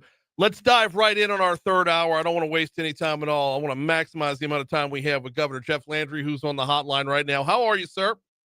I'm great. How are you? Good morning. Good morning. Glad to have you on this morning, especially as the calendar has rolled over to November. I know most of the listeners want us to, get into it over all the LSU stuff. But there's news. I mean, we got to be responsible here. So let's start with the actual news of the day. What was Louisiana able to do in regards to SNAP benefits? Let me tell you, Louisiana was actually able to lead in what I call extreme compassion. I mean, the one thing we know about Louisianians is we love to help our neighbors. We are some of the most Christian-loving, God-fearing people that are out there. And this is ridiculous that in Washington, D.C., they're literally willing to allow people to go without food to make political points. And this shutdown, of course, has been caused by the Democrats in the United States Senate. And we just said we were not going to have anything about it. I mean, Philip DeVilliers, the speaker, called me several weeks ago, as well as Cameron, the Senate president, and said, hey, can we do something? And so I got to tell you, the LDH staff worked tirelessly 24/7 to put in place a responsible program that we're able to fill the SNAP benefits, the food stamp cards, 25% at a time for the elderly, the disabled, and children. And I'm going to tell you this, Brian, the reason that we've been able to do that is because we have been fiscally prudent with the state's affairs. Each year we have budgeted properly. We did tax reform. We're experiencing an economic boom, the likes of which is historic here in this state. And because of that, we're able to lean in and to take care of these folks right now. Now, this is not something that's sustainable, but it is at least a Band-Aid that will actually help the elderly, the disabled, and children through this Thanksgiving season. We got Governor Jeff Landry on with us. Okay, so you mentioned the 25% of the time, and it's coming from LDH. Now, over the weekend, there's been a lot of talk about the federal government might be able to infuse SNAP dollars back by about Wednesday. How quickly can we pivot to put our dollars back where they were if the feds take back over again? Well, Brian, the good news is everybody underestimates me, and I love it, but we're in a plug and go position. The Secretary, Bruce Greenstein, and Drew, and that whole staff over there has been just unbelievable. I got to tell you, all of the folks that are working over at LDH, you got to remember, we just moved the food stamp program under LDH. It used to be under DCSF. And we've been really trying to reorganize that agency because it's been dysfunctional for a long time. That move actually has helped us. So we can pivot either way. But I think the important thing to know is that we're going to, if this thing keeps going, we're going to have to start relying on our food banks, and we're going to have to start relying on the generosity of those that have the wherewithal. You know, last week, the First Lady and I and EJ over at the FMOL system, at the Lake system, went on the news and announced a $200,000 donation to food banks around the state. And again, if we continue to, if the Democrats don't get their act together, if they rather, score political points that they believe they're getting, rather than feeding the elderly, the disabled, and children, not only in Louisiana but around the country, we're going to have a crisis. How much are you hearing from Washington about? I mean, because I know there's a lot of folks, and this is like internet chatter, which and that's rarely believable. But how much of this is going to end after tomorrow's elections? It's a great question. I think everybody believes that the Democrats are waiting to see how the election turns out, what the margin of victory if they win is, or whether or not they flip the seat. Whether or not Republicans flip the seat in New Jersey. I don't know. All I can tell you is that we're taking care of our people here in Louisiana. If this goes a little bit longer term and the state's on the hook to fill the SNAP benefits for the month of November, what's the likelihood that once the federal government reopens, we can get our money back from them? Can we invoice them out retroactively? Well, that's exactly what I'm hoping to do. Look, I've had discussions with the Speaker, Mike Johnson, and the Majority Leader, Steve Scalise. The good news for Louisiana is that we've got two of the top spots in the U.S. House. They certainly can't guarantee us anything, but I feel that they would work extremely hard to backfill us. Virginia's in the same position as well, and I think that helps us. While SNAP benefits have been a lot of headlines about the federal government shutdown, what else is out there? What are we missing on a day-to-day basis where having a closed federal government affects state government? I mean, it's getting ready to, and it started to affect air travel. I mean, our air traffic controllers have been working without a check. I mean, there are many different services. Look, even the food banks, USDA has not been able to backfill some of the grant money that they give to food banks as well. Look, there are a lot of programs that are starting to grind to a particular halt. Passports, you can't get a passport. Again, the list goes on. And each day that the government remains shut down, the effects of those services that the federal government provides to folks that we rely on is going to be felt. Governor Jeff Landry is with us, and yeah, we're all hoping for a resolution sooner rather than later. All right, it was at a SNAP benefit press conference when the first question was asked about LSU football, and then all the floodgates opened from there, Governor. Do me a favor, reset the whole timeline for me. Take us back to Sunday before last and the meeting over at the governor's mansion, because of everything that's going on out there, that's probably where the most misinformation got out there. Yeah, look, I think that here's the most important thing that's out there. Once there was a decision made, which I was not a part of, to fire Brian Kelly, the next question was, who's going to foot the bill? That's the thing that I'm concerned about. The current contract that Coach Kelly has ultimately places the state of Louisiana as the guarantor of that. Now, there's a lot of people out there, oh, somebody's going to pay for it. Someone else is going to pay for it. That is irrelevant. No one has stepped up to pay it, and the ability to negotiate that down continues. We don't know what that particularly looks like. Mm-hmm. And so that was my concern. At the same time, we had the Board of Supervisors that was raising the ticket prices the day before we lost the game. Those are all things that I think are concerning to me. All I care about are the folks that are actually in the stadiums, the ones that have to sit in the sun, in the rain, in the wind, in the cold, the average person out there that just goes out there, just wants to enjoy a football game. We're talking about the welders, the plant workers, the nurses, the teachers, all of those folks, many of whom have never even set foot on LSU other than to go to a football game. They don't hold a diploma from LSU. They just want to go out there and be entertained. And then we have the boys out there that just went there with the dream of playing for the LSU Tigers, looking for the wins. And that's been the chaos. Mm-hmm. And I mean, and so it's irresponsible right now, college athletics nationally is set to lose $4 billion. This NIL deal is absolutely out of control. I'll give you some statistics, Brian. College football has twice the viewership of the NBA, yet half the media revenue of the NBA. College football has over 7 times the viewership of the NAL, yet generates less revenue than the NHL. I mean, think about that. I mean, we have agents that can represent the coach, the AD, and players with no conflict of interest, with no guardrails. It is run amok. And what it really is it is literally a runaway train that people haven't put their hands around yet, mm-hmm. that will ultimately destroy college sports if we don't do something about it.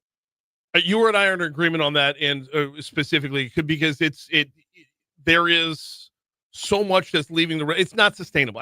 My answer has always been it's not sustainable. It's great right now, but yeah, things are going to have to be renegotiated on a bigger level. I do want to go back to the Sunday meeting though, and ask you this, because a lot of people are saying you're exerting influence where you shouldn't be, and I want to know if y'all sat down and broke down the contract and determined that the taxpayers could be on the hook for $54 million, which y'all posted out that paragraph of the contract, nice and highlighted for all of us to read. Since that is the case, that us, the Louisiana taxpayers, would be on the hook for the money, why wasn't there a full throat effort to keep Brian Kelly in his post? Well, that's the problem, because by that time, Woodard had fired him. That's the problem. You see, Brian, I mean, look, the more this comes out, people will understand why the governor got involved. Why I got involved? Because if I'd have went out there and sent all of y'all a bill for $1,000, they'd have wanted to throw me clean out of the state. Mm-hmm. And so when the taxpayers' money is involved, then the governor must get involved. And here's the interesting thing. Nobody said anything when John Bel Edwards exerted his influence over LSU, when Bobby Jindal exerted. Like this is not new. I'm just doing it in a more responsible manner. Maybe I'm calling it out, okay, so that the general public can have a better understanding of what exactly is going on. But when what it boils down to is, does the taxpayer out there want to pay for bailing Coach Kelly's contract out? That's it. That's all it's there. And if somebody comes up there, Brian, you come up to them and say, hey, Governor, I got a check right here, $54 million. Don't worry about it. Guess what? I'm out. Well, so traditionally, though, it is yet to happen, but you're not in a position where you're not in a position to ignore the hypothetical. Well, that's exactly the point. Sure. And they say, well, we're going to negotiate it. Well, that's fine. Like, all of those things should have happened responsibly. There should have been a much better conversation between Coach Kelly and the AD. That's just, again, that's my opinion. But the real facts of the matter is that at the point in time when I got involved, the state, which still today remains on the hook for $54 million. And I think that the lesson learned here is that we need to restructure those contracts in a way that takes the pressure off of the taxpayer, all right, that puts in place incentives that I mean, a 10-year deal? I mean, come on. Well, right? Like, what is there? Do you have in your contract that if you don't have enough sponsorships, if people aren't buying commercials, the radio station says, Brian, you know what? You've been great, but lately the show's just not performing. But here's a check for $10 million. You got to go home. Like, who doesn't want one of those? No, I would like to. If you know how to negotiate that in, I would love to get that going on. Got a couple more for Governor Jeff Landry here. I do want to ask you this one, just since you brought it up. Are we in a precarious position because the person who would be out there hustling the money from the donors has been fired? Okay? No, I don't. Let me tell you, we got a great board of supervisors. Mm-hmm. They put a great search committee together that's made up of LSU folks, alum, and by the way, which I think is important, those that have donated millions of dollars to the program as well. I think that's important. There has to be stakeholder environment. I'm hoping that the board of supervisors tomorrow gives LSU a president, right, that can write the university as a whole. And I think we'll be on the road to some great success. Look, I want to see LSU in the Louisiana Superdome in 2028 because that's when the College National Championship is going to be played back in Louisiana. So we got a lot of work to do, and we got to get it done fast. Assuming a new president is announced tomorrow, what is your role in this entire discussion beyond tomorrow? Oh, look, once the president's involved, I'm hoping that my role goes back to SNAP, working on tax reform, keeping the economy humming, and of course, fixing all of the things that we've been fixing since we got elected. The Governor Jeff Landry, Louisiana's Governor Jeff Landry, on with us for just a couple more minutes. I greatly appreciate your time this morning. I know there's never not a busy time on your end, but I always appreciate you hopping on. Let's talk about if your role on this in particular is going to go to a back burner, if no burner at all. Where is your role in speaking up on the contracts and how out of pocket this whole overall scenario has gotten? Because like it or not, Governor, you kicked over an anthill that needed to be kicked over on this front. I mean, people could disagree on the other stuff all day long, but when it comes to the agents and the conflicts of interest and the numbers being outlandish, you have kicked over an anthill that I think a lot of people are going to want to hear more from you on.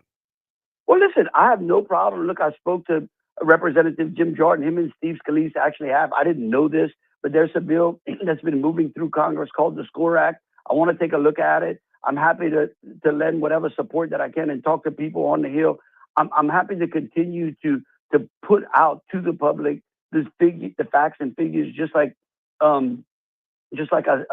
gave you earlier in the conversation. Mm-hmm. Here's the other thing too. What my hope is, and my instructions to the Board of Supervisors and to the Attorney General, is that we work to try to structure a contract that is way more responsible than we've done in the past. Maybe we can do at LSU what needs to be done around college universities across the country and lead. Just like, look, right now, going back to where we started this entire interview, right now the state of Louisiana is leading in taking care of those that are getting ready to go hungry during Thanksgiving. No other state has been able to do what we've been able to do. We're leading on that. There's no reason that because of the situation that we find ourselves in, and hopefully with a great new president and a board of supervisors, that we can't start to negotiate a contract that starts to expose and then cure the defects that many folks in college sports have been complaining about for years now. Now, with everything that's transpired over the last week, Governor, is there a part of you that wants to go back to the press conference on SNAP benefits? And when that question comes out, you respond with, we're going to name a president first and we'll deal with that later? Put the genie back in the bottle? No, because here's the problem. I think you highlighted the most important part. The genie that we took out of the bottle, and I get it. There's some people that got irritated in the way that we did it. But let's admit, the genie that we pulled out of the bottle was the genie that everybody's been talking about. It was actually not a genie. It's been a monster that we all have to deal with. And that is, how do we write athletic sports in college, in college in the country today? And here's the other thing that's important too. We want to be able to write it so that it has the support in the women's sports arena, whether it be basketball or softball or swimming or track, so that we can support all the other college athletic sports that occur on campus. I'll give you another fact that's real interesting. 70% of Fortune 100 companies right now are led, their CEOs played collegiate sports, and most of them did not play football. Think about that. That is the effect that collegiate sports has for America. And we want to be able to continue all those other sports as well. Well, and there's times where it's not all about dollars and cents, Governor, because you can't put a price on that. In fact, I actually led the show this morning talking about I'm a father of daughters. I have a son as well, but my two oldest are both daughters, and they both played girls basketball, and they both have been influenced by the women's basketball program right here at LSU. And I can't thank that program enough for the strength and the determination and the will and the fortitude that have been instilled in my girls through sports. Well, Brian, let me tell you this. I mean, people forgot about this. My mother was a women's basketball coach. She created out of whole cloth a basketball program at Laurelville High at a time in the middle of desegregation, at a time when women's sports was second class at best. She went out there and fought to make sure that those girls had court time. They sold their own uniforms. So I watched the value, of women's sports. And again, that's the thing that we're trying to protect. I get it. There are a lot of people out there that say all kind of things. Look, in the state of Louisiana, the governor gets blamed for everything. Here's the one thing. I get up every day trying to make everyone in this state's life a whole lot better. And I want to protect collegiate sports. I want to protect our sports at LSU and at all of our great universities around this state. Well, if nothing else, you reminded us this morning that John Bell Edwards threatened to cancel LSU football. So that's exactly right. I wasn't going to go to it, but that's exactly right. No, it's true. I'm telling you. I had almost forgotten about that. Almost. No, exactly. I'm not trying to cancel LSU football. I'm trying to make LSU football great again. And then snuck in a Donald Trump reference on the back end. I tell you, you are in mid-season form. You are in mid-season form. Look, we got to get you back on. There's a lot going on economically that I want to talk about, but it's too much for this segment here. So let's get you back in very short order. Okay, take care. Have a great week. You too. He's Governor Jeff Landry. I always appreciate the time. We are way long for a break. We'll come back next.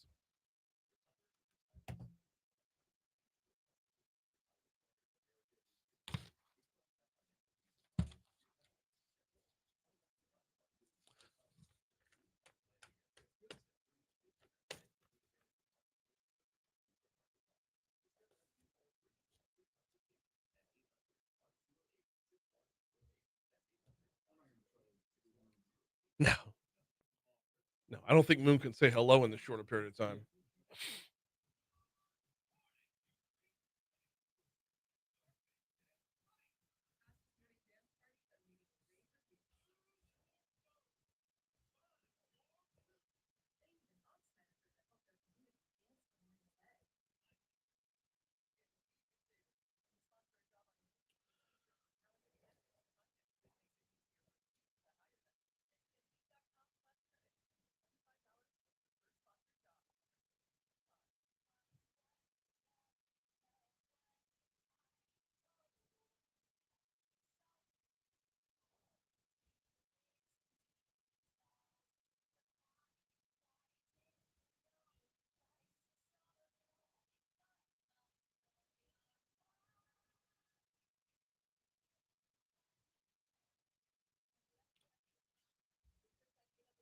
How much am I being hated on Facebook Live right now?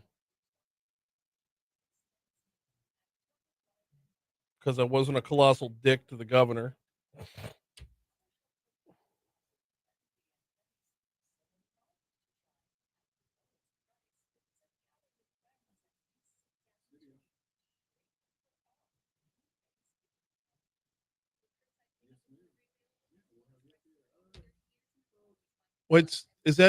Who is that? Stephanie? Oh, it's at least 10 minutes. Have her call back. And let her know I didn't get any talking points. Or did I?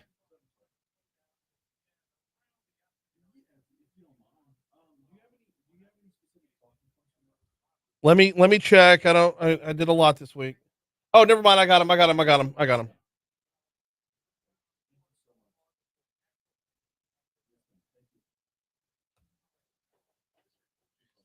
Okay.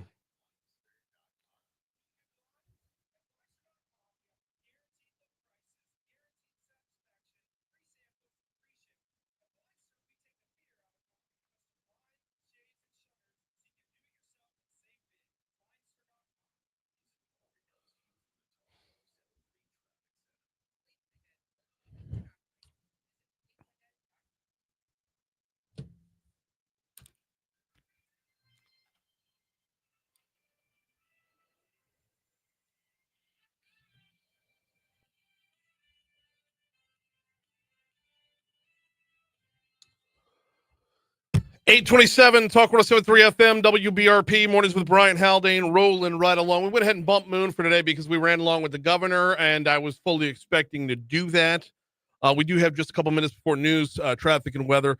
Coming up at the after the news break, Stephanie Turner is the senior vice president of convention sales and strategies over in New Orleans and Company. We're going to talk a little bit about the convention business in the city that's built to host. JP, have you seen the Facebook feed? Am I being hated right now for not spitting on the governor? I don't think so. Well, it happens from time to time. If you like, I'm a nice guy. I'm a nice guy, and I ask nice guy questions. That doesn't mean we don't get results, right? Just because the questions are nice doesn't mean we didn't hear right there. You ready to recap what just went down? I asked. This was my biggest question for the governor. I didn't want to go all like few good men on him, but if Louisiana taxpayers were going to be on the hook for $54 million, why not a full-throated endorsement to keep Kelly's job? And the governor's answer there was it was already done. He was already fired at that point. Well, okay, fair enough. I think we forget how quickly all this escalated from halftime to the end of the game, from the end of the game, then all the way through Saturday night into Sunday. So, but his answer to that question, it was already done. Fair enough. I did ask him about being on the hook for $54 million and firing the guy who, well, I'm sorry, he didn't fire the guy. And you know what? He probably should have corrected me when I said that. I said, are you worried that you fired the guy who could have fixed the situation?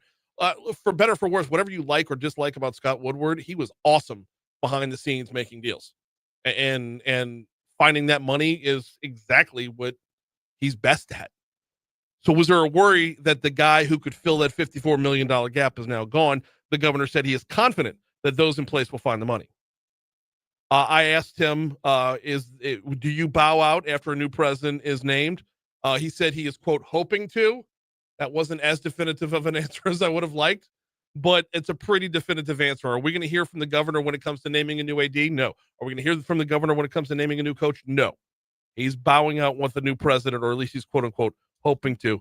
And then the bigger conversation here, and honestly, a year from now, when we look back on this whole situation, change is hard. Change on any level is hard, especially when there's people you like involved, when there's things you're passionate about involved. But a year from now, when we look back on this conversation about agents and contracts and all that other stuff, I wouldn't be shocked if it doesn't grow legs on a national level. And to hear the governor mention Jim Jordan and Steve Scalise working on, what did he call it, the SCORE bill? Well, now I have my homework to go learn a lot more about that.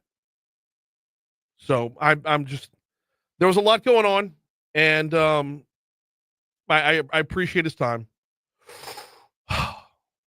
All right, quick breath. Pick it back up again. Let's talk convention business, and it's big business down in New Orleans. That's coming after news, traffic, and weather on Talk 107.3.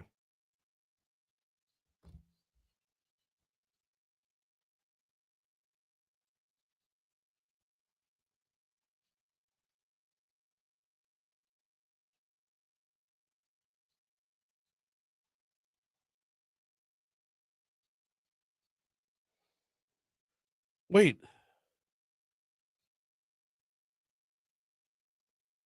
Troy, did you say this first or did I? The orcas report they really like to pair shark liver with fava beans and a nice Chianti. Was that at the same time? I need a timestamp on that post, Troy, because I made the same joke. All right. And I wasn't stealing it because I wasn't in the chat. Galen says of the 42 million people on EBT SNAP, 59% are undocumented or illegal aliens. Keith says, where did you get this data? I would like to know that too, please.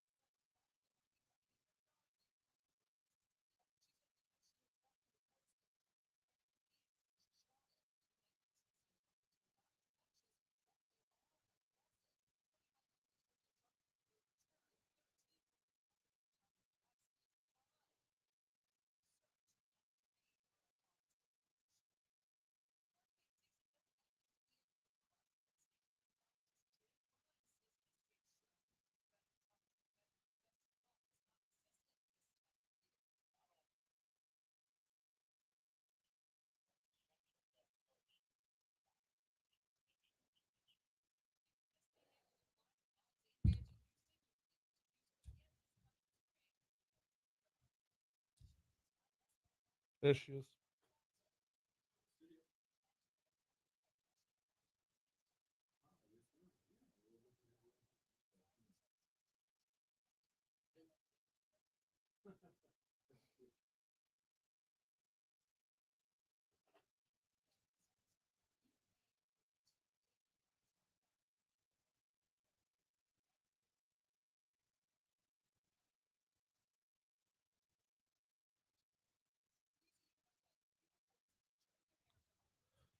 Bro.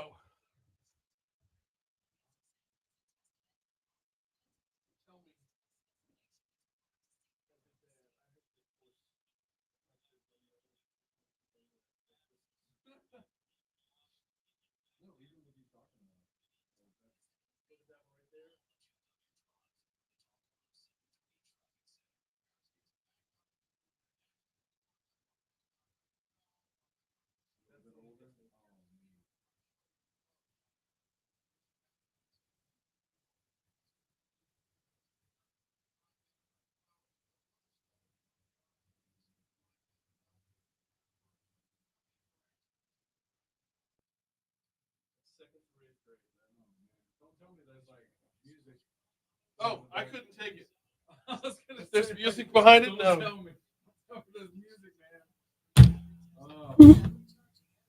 Oh, let me go grab this off the printer.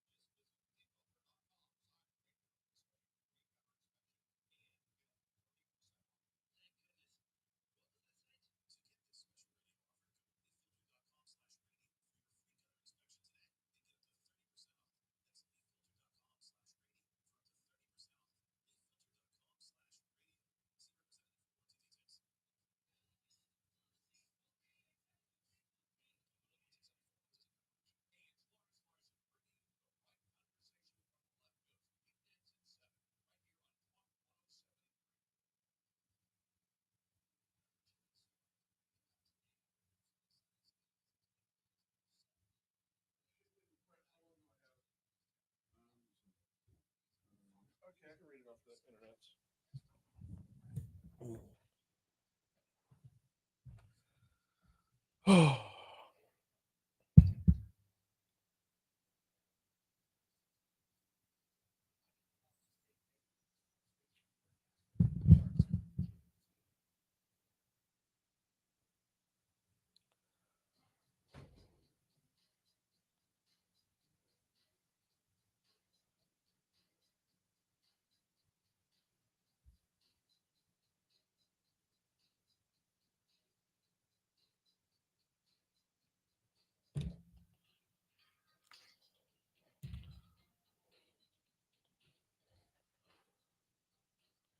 836 Talk 1073 FM, WBRP. Mornings with Brian Haldane, rolling right along.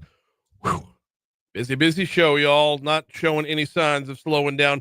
We're going to get to Stephanie Turner from New Orleans & Company in just a quick second. Do need to remind you about Landmark Bank. LandmarkBankLA.com is their website. What are you finding at Landmark Bank? You are finding a banker at Landmark Bank.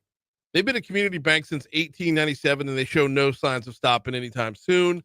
What do you get with a community bank? Well, like I said, you get a banker. You get someone that you know from your community, someone you see in line at the grocery store, someone who you see pumping gas, someone who you see, walking their kids up and down the sidewalk, someone who you can sit down with and start mapping out your future. Whether it comes to borrowing, whether it comes to investing, whether it comes to your retirement, they know your dreams, your wants, your needs, your desires, and they can help you get there. LandmarkBankLA.com. All right. It's time to talk a little convention business down in the Big Easy. So let's welcome aboard Stephanie Turner. She's the Senior Vice President of Convention Sales and Strategies with New Orleans & Company. Stephanie, good morning. Welcome to Talk 1073. How are you? Good morning. I'm very well. Thank you for having me on this beautiful day. It's such a gorgeous day. We tend to forget very quickly how hot it was just a month ago. I didn't forget. Okay. All right. The proper level of appreciation is needed, to be sure. Fall in the South, fall in Baton Rouge, fall in New Orleans is just an amazing, amazing time, which, by the way, it's a great time to bring people to town. So let's talk convention business going on. What's new? What's hot? I think what's new, I think the biggest thing is how competitive it is out in the market. Mm-hmm. You've got cities everywhere competing. And I think that's the thing that people, locals and regional folks don't really know, because they just see the results of, people being in town or here for a meeting, and they don't think of it as a competitive business that you go out and compete to win a meeting. So I think new to our folks that aren't in our industry, knew that it's so competitive to bring meetings and conventions to New Orleans and Baton Rouge and any other city. We got Stephanie Turner from New Orleans & Company talking about the convention business. All right, the convention business as a whole has been I don't want to say in flux, but it's been difficult since COVID to get people back out there, to get budgets online, to ante up for spending and whatnot, and expense reports and the like. Where are we at right now versus where we were, say, in 2021, 2022? 2021 was, virtually on the brakes, all leisure, no meetings. We really started coming back in meetings in 2022 here in New Orleans when we opened up after Omicron with the Final Four. Mm-hmm. So we had a very strong 2022. And then because this industry booked so far into the future, 2023 really suffered because you missed 2 years of booking meetings and conventions into that year. Right. And so in 2024, we actually finished ahead of the rest of the top 25 markets. And in 2025, the country's seeing a lot of changes in travel, a lot of slowing down in travel. We're going to see probably a negative year of growth across the country with all that's happened in the nation. And so you're right. I think the industry is adjusting to that. In the association world, where we host a lot of association meetings in New Orleans, those meetings are created and they actually create revenue for the association. Think about an American College of Cardiology or an American Heart, those type of names you might recognize. And so having those meetings, even in difficult times, are very important. Where you tend to see more of a slowdown is in corporate America, because those meetings are an expense. And so those can get canceled relatively easy. Let's talk about overall numbers. When we're grinding on all levels, and New Orleans is pumping out its best for the convention business. American Heart is a huge one. Yeah, absolutely. And there's a handful of others, or more than a handful of others, when you map out the calendar year. What kind of revenue are we talking about in a good year? Well, the industry looks at a measure in three ways. It's occupancy, average rate, and RevPAR. And you multiply the occupancy times the average rate to get the RevPAR, and it's a hotel metric, number one. And so what you're looking for is a number that's positive and gross. And then so that's how the industry on its whole forecast. What we're hoping for this year is to finish flat to last year, which would be good considering all of the challenges in the country. We've got about 12 of the top 25 markets that are in negative RevPAR at the moment, and New Orleans is one of the top 25 markets. Mm-hmm. At the end of August, we were ranked number 9 in RevPAR around the country, with San Francisco leading the pack and Las Vegas in the last position, and that's a lot of doing from hosting Super Bowl last year. It has a big effect on the city. So, we'll see some pulling on average rate and a downward trend in 2026 because we hosted the Super Bowl in 2025. Okay. That becomes a difficult comparison. Okay, we're going to have to test my hotel chops here. It's been 20 years since I've been in the business, but if memory serves me, RevPAR is revenue per available room. So excellent. Thank you. So which means every room y'all fill up on a convention business is one less room that has to sell for the the individual tourism business or the individual business business traveler. So when you're looking at RevPAR, it's how much of a chunk can you take out of the hotel rooms in the city that are dedicated just to this? That's right, and that's a great point. And just to paint the picture about how important meetings are from a visitation standpoint, the biggest chunk of visitation is leisure, or as we call it in the hotel space, transient, which is individual travel. We book anything of 10 rooms or more. And why the meetings industry is so important in New Orleans is we don't have the level of individual business travel. You don't see regional offices here, like Google or Hewlett Packard or those kind of businesses. So what happens is meetings and conventions become the super glue every day of the year. Think of all the wonderful and iconic events we are so well known for. Mardi Gras, Jazz Fest, French Quarter Fest, all the festival seasons. But those events are 1, 2, 3 days. And the extreme example of Mardi Gras, it's about a 5-day stretch where it's really high occupancy. And so meetings and conventions every other day of the year are filling it in. So in New Orleans, our sales team by themselves, without anything going direct to hotels, and that does happen, 1,000 meetings our teams put into 2025 will exceed 1,000 this year. And we put 1,000 meetings into 2024.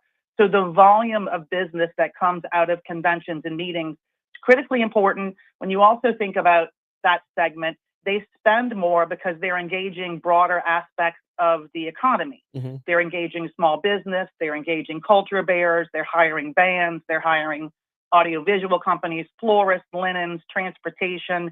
And so they help fuel our economy as a whole across the board. Who does New Orleans compete with? I mean, obviously top 25 markets, we would have some assumptions, but who does New Orleans compete with for convention business that might surprise us? That's a great question because we looked at this recently and we got what's called a request for proposal. 43 cities were sourced on that request for proposal. I think, you can always think about Las Vegas and Orlando, right? We think about that, Atlanta, Dallas, but cities like Louisville just really coming on strong. Kansas City, Phoenix is a huge competitor. San Antonio's coming up. Nashville has grown tremendously since 2019, adding over 7,000 hotel rooms to their downtown area and making a very aggressive push for conventions and sports. So not only are we competing for meetings and conventions, we're also competing, in a much broader cycle for sports as well, where New Orleans would be on a rotation every 3 or 4 years for various events. That rotation spread out. Columbus, Ohio, huge competitor. Fort Worth, the suburbs of the major cities like Dallas and Houston.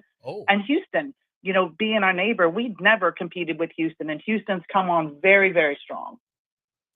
I was worried you were going to mention Nashville in there. That one's got to bug y'all a little bit. Their rise has been kind of incredible. It does bug you some, It really does. And look, we're friends with all of these cities. We know each other. We go to the same shows to compete for the same business, and we're friendly. But yes, it is. I mean, I think New Orleans is such a dimensional city, and there's so much to do within our own city. Last weekend, for example, we had customers that we shared with the Baton Rouge, our counterparts in Baton Rouge, and had LSU and Saints, although the outcomes weren't what we wanted, showing, the dimensionality of the state's very important to us here in New Orleans. And just in an hour of New Orleans is Baton Rouge, where you have incredible things to do. So, yeah, we don't love any city coming up, honestly. St. Louis is on the rise again. What, really? Yes. That's a downtown that's non-existent at this point. I mean, that's surprising to me. Okay.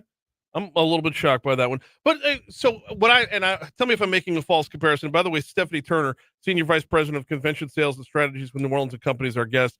Tell me if I'm making a false comparison here, but a lot of y'all selling points are the same selling points that we hear when New Orleans was recruiting the Super Bowl. Is, you've got downtown, French Quarter, Convention Center, all within walking distance. There's nothing you can't do within walking distance. You're pitching the same square footage. Walkability is huge. And I think, we look for creative ways to showcase our culture. I'll give you an example. The walkability lends to moving people, like you said, from place A to place B, a creative way. And so where else can you move people in a mode of transportation in a second line? Only here can you do that, or in our state, I should say. And so when we look to compete and look at ourselves differently and create points of difference, turning a second line into a very unique mode of transportation is a way to stand out. Walkability is huge. Great convention assets. Our convention center is going through a renovation, which is incredibly important. 14 out of the top 25 markets are going through renovation right now. And the ones that aren't, many of them have already done that. And so seeing what's happening at the convention center is huge. Renovation around our city and our hotel product, very important from a competitive standpoint. Even when you mentioned Super Bowl, back a decade ago, Las Vegas wasn't in the mix, and then they hosted a Super Bowl very successfully. And so when you talk about expanding competition, it's not just a statement, it's very, very true. How frequently can y'all partner in New Orleans with us here in Baton Rouge? How can we tag team? I think we try to do that all around the state. We have team members that work with Louisiana Travel Association, LTA. Our sports person was working with the sports people in Baton Rouge. So we just try to showcase the closeness and then the variety of things to do. And in the sporting world, that's very good because you got a lot of regional opportunities for youth sports, very important. And I think we actively work around the state. We've got just a couple minutes. Hey, JP, we're going to 52. We're going to keep you for 2 extra minutes here, Stephanie. It's just, okay. I'm loving the conversation.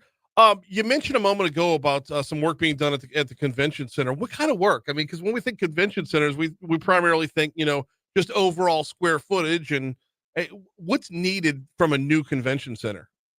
Well, it started right before COVID, and they took out 2 lanes of the road on Convention Center Boulevard. Very busy, very full of traffic. Took out 2 lanes and made it a park. One of the things that emerged since COVID is people want access to see outdoor, not necessarily have your meeting outdoor, but have access to it or go outside. And so the conclusion of the pedestrian park construction was critically important because they can now do things in those park areas. Also, just modernizing how the building looks. New roof. It is a LEED Gold certified. It was the first LEED Gold certified building in the country. It's now had its 2nd certification. And so green, new roof, LED lights that are efficient. It is incredibly getting to be beautiful. It's going through phases. Phase 3 has been done. We'll have 2 summers in a row of Q3 where they're done, where they're renovating the inside, paint, carpet, a lot of HVAC things in the first part of the building, but to make it a place where attendees want to be. When meeting event organizers travel around and they look at buildings, they don't want to see brown and drab. They want to see new and fresh. And so that's incredibly important to the attendee experience. Experience is really what's come out of COVID for an attendee, and eventually a meeting attendee is a leisure traveler at some point, right? When they're here, what do they want to do? What do they want to feel? They want to feel connected. They want to give back. So giving back and community service projects are also huge. And they want a new experience. And so when you are an established convention destination like we are, keeping things fresh and new is incredibly important because we all as travelers do what? I want to go someplace different. I want to do something I haven't done. And so we have to lean into different areas of our culture to show folks that there's more to do than what you did the last time you were here. Did 7,000 people really come to New Orleans for a Pokemon convention? Yeah, there's a lot of regional activity for that. And we had GalaxyCon. Those things are fun. People love those events. We just had, which I was very proud of, we just had 14,000 women engineers in town last week that did a lot of community service and STEM projects for young women in the schools. And so they were able to come in. So it's not just the fun stuff. I love to see what our groups do when they give back to the community, especially youth. And so, there's also donation of products and goods that they may have when they're here and they don't use, and we match them up through our membership team with businesses that may be in need. Like once we had musician stands for music programs, and we donated those to schools, or they did, we did not. And so seeing how these conventions touch the community is also something very important to us. Last one before I get you out of here, and you sidestepped making fun of Pokemon people, so I appreciate that. But the last one before I get you out of here, you mentioned Chris and the LTA. Working with the Lieutenant Governor's office, how vital is that relationship in making sure that you can do what you need to do? Very important. My colleague Kim Priaz in our tourism department works most closely. She handles all of our international travel, but the work the Lieutenant Governor's doing to showcase, and I heard a commercial before he was talking about what happens in Homa and Natchitoches and all the other cities. It's a very rich state in terms of culture and things to do. Mm-hmm. And so when we show up together and we show up in unison and we show up as a group, you can feel that. And that's something that we do in New Orleans in our own community. We show up when compete, and customers say, you have the most uncommon hospitality. You really show up New Orleans first. We believe that, and we believe in showing up state first. It's beneficial to all of us as we're competing for that important tourist visitor, the visitation. She is Stephanie Turner, Senior Vice President of Convention Sales and Strategies with New Orleans & Company. Thank you so much for a couple minutes this morning. Thank you for having me. It was a pleasure. Always. We're long for a break right there. Yeah, not apologizing at all, and here's why. It's because the dollars go to the bottom line for the state. I mean, that's the long and the short of it, and we do get the overflow from that. You heard her mention right there. It's like when they come to New Orleans, they want something different. Well, if we're the day trip on the side, then that's going to bring, dollars here as well. All right, quick break. Coming back, closing out next.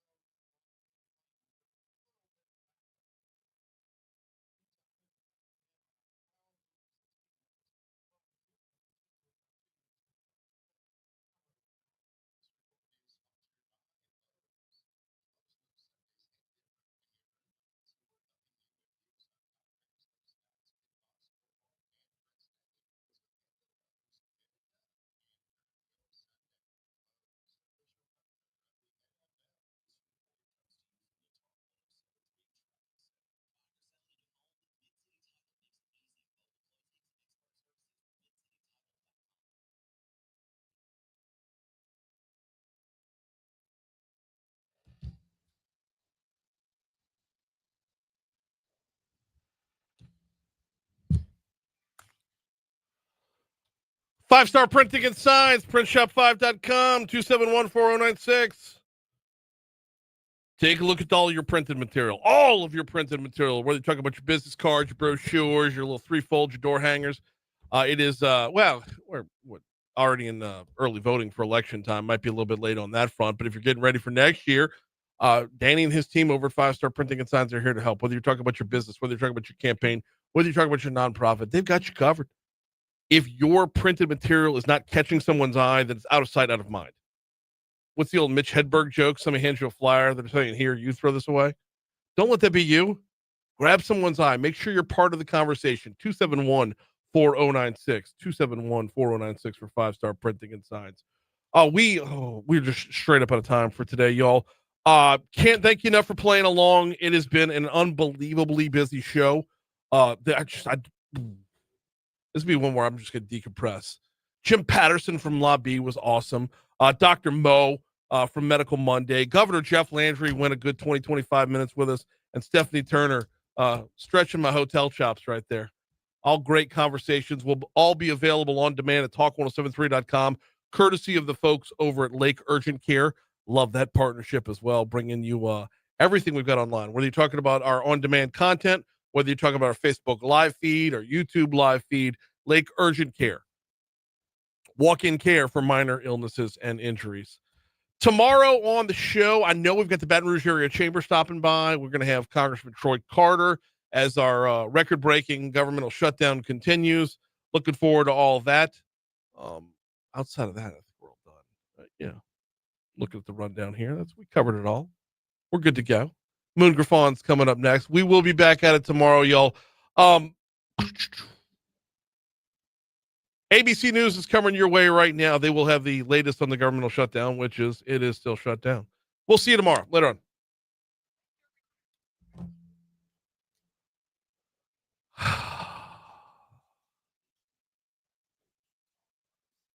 And that's a Monday show. How about it? I feel like I set the bar too high for the week. And believe it or not, I don't know if the governor was my favorite conversation today. Jim Patterson was freaking on point. Stephanie Turner was freaking on point.